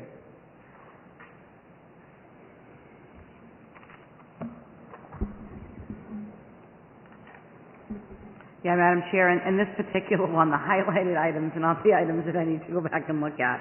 I just took the original decision, and Frank and I had sat down and gone over this, and just we literally went through and said what's changing, what needs to change, and as you can see here, very minimal from a decision standpoint. So I've highlighted those items for the board this evening. And the staff really doesn't have any comments. The number of units is the same. I mean, from an impact standpoint, there's probably a little less impact here. The building's smaller, and the town's getting more open space, as well as a larger piece of land being donated. I think that's on second page. I believe last time we were getting about 27,000 square feet, so they've bumped it up to 30,000 square feet. So there's definitely some positives in the project, and as you can see from the renderings here, TAT has really spent some time and while redesigning this, making sure that the level of quality and the expectation and the level of design is still isn't being compromised as part of the revisions. Great, thank you. Do we have a new name? Is it Watson Place now and not Switch House Loft? Oh, yes, Watson Place. That's, Switch House Loft. New plan, new name. Switch House Loft is no more. Rebrand. All right, thank you very much for your presentation. Member McCamey, do you have any comments or questions? Yep. Thank you, Madam Chair.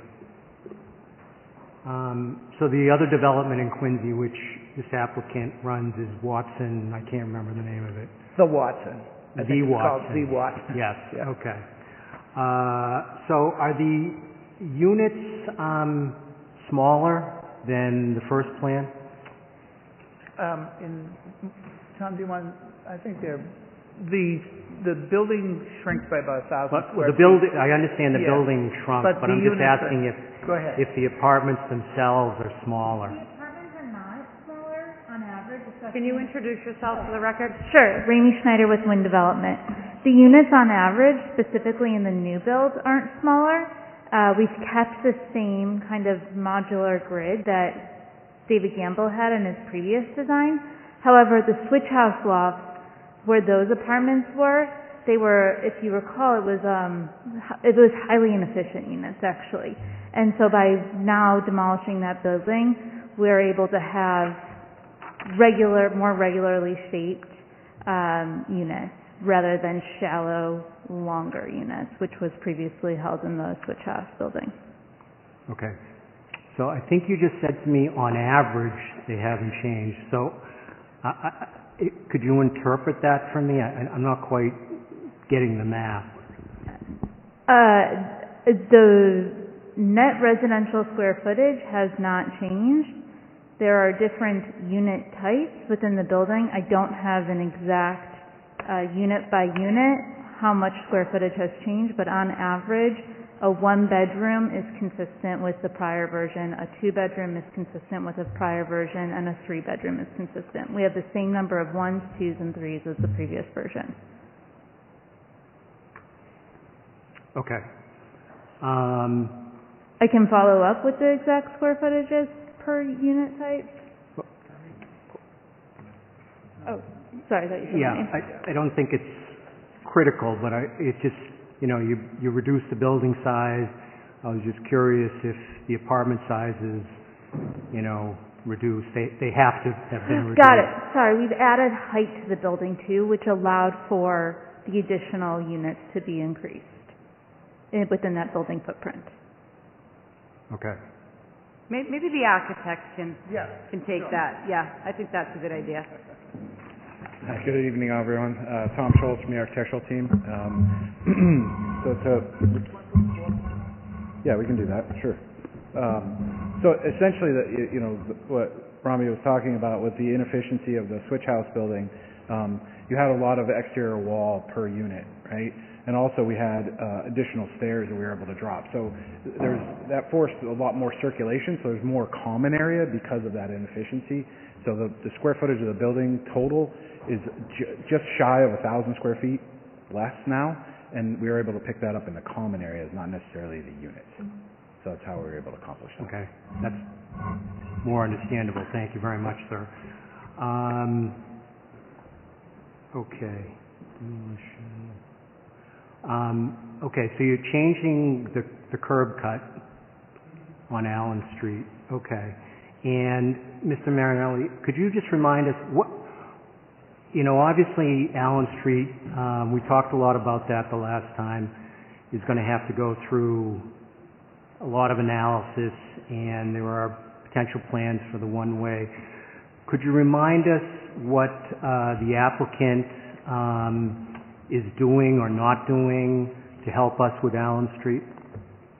Well, the town is responsible for Allen Street, and that's been clear. And we are ourselves wondering what's going on with the project. I mean, there were 25% design plans. I think that those are completed. Some of this, I don't have the facts, but we have the exact dates, but we have seen the design plans. Maybe Ms. Santucci-Rossi can, update us. Are they at 50%, 75%? Are they all done? We had a meeting we had a meeting a few months ago, and DPW was at the meeting. They showed us some of the design plans. There was some questions of when the funding was going to be in place, but the engineering had been done or was in the process of being completed. The ultimate goal is to, have Allen Street redone and the fortifications along Allen Street as you get closer to Shaw Street, where there are some abutments and so forth that needed to be improved. and also to make it a one-way, so that essentially you come off Quincy Avenue and Allen Street would be one-way westerly. All of which we, have anticipated in our plans. We've anticipated all of that being done. WIN has spent an extraordinary amount of money on soft costs already with this project, and we anticipate that we were going to have a road that would be done and will be done, and we're doing a lot of the site work with all of the walls that you see down by the water and that kind of infrastructure down there. So, and we've got a tremendous amount of work to do to demolish the buildings and deal with all of that happens. Well, this question is directly about Allen Street, so sure. I don't know if the director wants to add anything. Basically, what you're saying to me is that it's just continuing to be the same. They're waiting for the town to get it done. I remember last time we talked about moving a telephone pole and some other things like that. So what happens with the switch... And now with the new curb cut, I didn't know how all that changed. So what happens with the switch house going away is that, part of that building was encroaching in the layout, in the right-of-way for decades. And so that is now removed. But, we also want to see this Allen Street project go forward as soon as possible. Okay. And again, I think I made the point whenever we discussed it, that at the Quincy V. Watson project, there were always a number of cars parked outside and not in the parking lot. On Allen Street, as you mentioned, this is a challenging location. So, I think that's something we're going to have to monitor. I don't know if the applicant is, I guess you can't really ban people from using that, but it just seems to me that, they have to use the parking spaces that you're building, and we have to be responsive, to the neighbors who are in close proximity to Allen Street.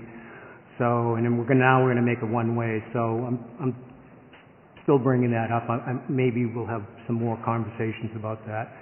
But I think that, I hope that the Quincy location is not a blueprint for what is going to happen on Allen Street. Because every time I go by there, Harwood Street, there's cars all over the place. And I believe one of the people from WIN said that they were lazy or just parking outside. I hope we can avoid that, because it's going to be a challenge anyway. So I'm just putting that out there. Yeah, no, and we're sensitive to the comments. Obviously, we responded to your comments earlier in the process. We watched a lot of hearings tonight, and I'm thankful that we had the team that we did on this project, because it's watching hearings tonight.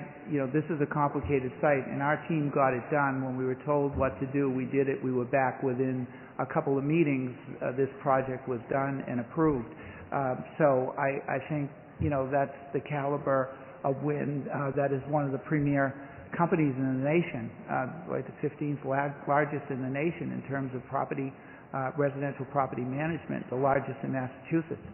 So, I think we have the right developer, and I think the town should really embrace that, because, this wasn't the first RFP for this property, right? There was an RFP before, there was a designated developer before, and a good one, but this cannot be handled by everyone. And I think that if we want to see this property redeveloped as people who live in this town, we're really fortunate to not only have the quality of development that we're seeing with the plans and the modifications, but also to have the affordable component, which I know the administration and the board rely upon, getting those affordable units, which will help people in that range. When you look at 80% of $90,000, just for example, as the AMI, there are a lot of hardworking people in the $72,000 a year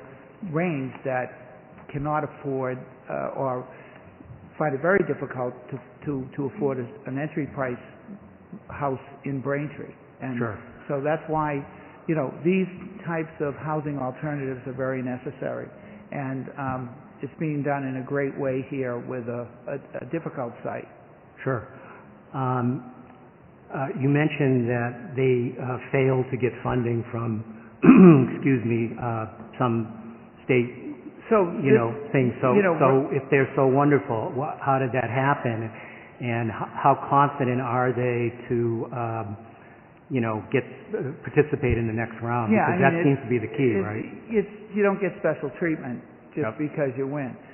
You have to go through the protocol that everybody does, and there were a lot of good projects, and, I think Ramey can speak to this even more if needed, but it was a very competitive year for projects. And, the price per unit has to be down low enough. The project has to be shovel-ready. And now, with this modification, we will be able to go back to the spring round. It wasn't that we were denied, it's just that we weren't invited back. We weren't invited to make an application in the fall round. That's how I understand it. You have to be invited to make an application, and the costs were just too high. So we've addressed that. Again, Ramey can speak to it, but my understanding is that they're going to be submitting in a spring round, and then that is a preliminary thing, and then it goes to September, and then hopefully we're ready to begin construction in early 2023. Okay. And just to be clear, when you're talking about the cost, are you talking about the cost, let's say, per unit for the developer, or are you talking about the cost, the potential rental cost per unit?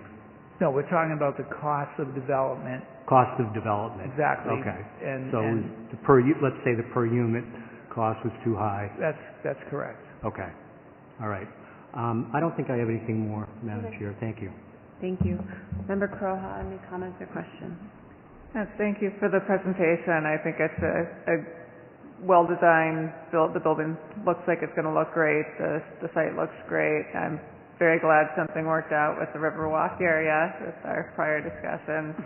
And the affordable and the housing alternatives are going to be wonderful. I don't have any questions or specific comments, so thank you. Thank you. Thank you. Member Grove, any comments or questions? Yes, ma'am. Curiosity, Mr. Marinelli. How far back from Quincy Ave did the buildings get pushed? So, Jesse, do you want to address that, the separation from Quincy Avenue? Sure. Jesse Johnson, Weston & Sampson Engineers. We had moved the road back about 25 feet further away. And if you can try to understand this, I'll give this a little context because all you've probably seen is a bunch of lines and colors. What we tried to simplify for you is showing the difference in the previous footprints, the orange being the original, the red being the new one, and this green color is the overlap, basically. That's showing you that anywhere that we have pavement or hardscape or building, and that color is exactly the same between the two. The yellow were the prior footprints. So the yellow was the building or hardscape that got pushed back now, so that kind of gives you some context. The blue right here is where the driveway got moved to. That's the only new area on the site that got created as impervious coverage that was prior to be landscape. Everywhere else that was yellow got changed over to landscape. Okay, thank you. Sure. Thank you. Thank you. Member Kent, any comments or questions? Just one question on the building height at a little over 51 feet from mean ground level. What does that translate to on the height at Allen Street? So the height is still within the table, but Jesse, do you want to address, was it 11 inches? Yeah, we had an overall height increase of 11 inches for the building from the prior submission. Let me see. My eyes aren't working at that scale, sorry. Got to go to the sheet.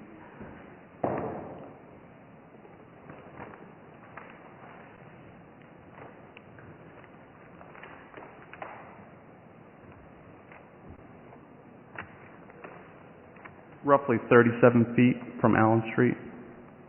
Okay, thank you. Sure. That's my only question. Okay, great, thank you. Member Connolly, any comments or questions? A question for the development team. Is this project being submitted to DHCD for June? So, yes, we believe that there's going to be a mini round this year for DHCD, and that will be May, June timing. Okay, thank you. No problem. Director Santucci-Rod. I just have a question. We all want to get this project done and see this actually constructed. If this mini round doesn't happen this spring, what are we looking at? We know that there's a mini round. It's just when the mini round actually, what month the mini round is in. So whether or not it's May or June or July, but they've let us know that there will be a mini round. Okay.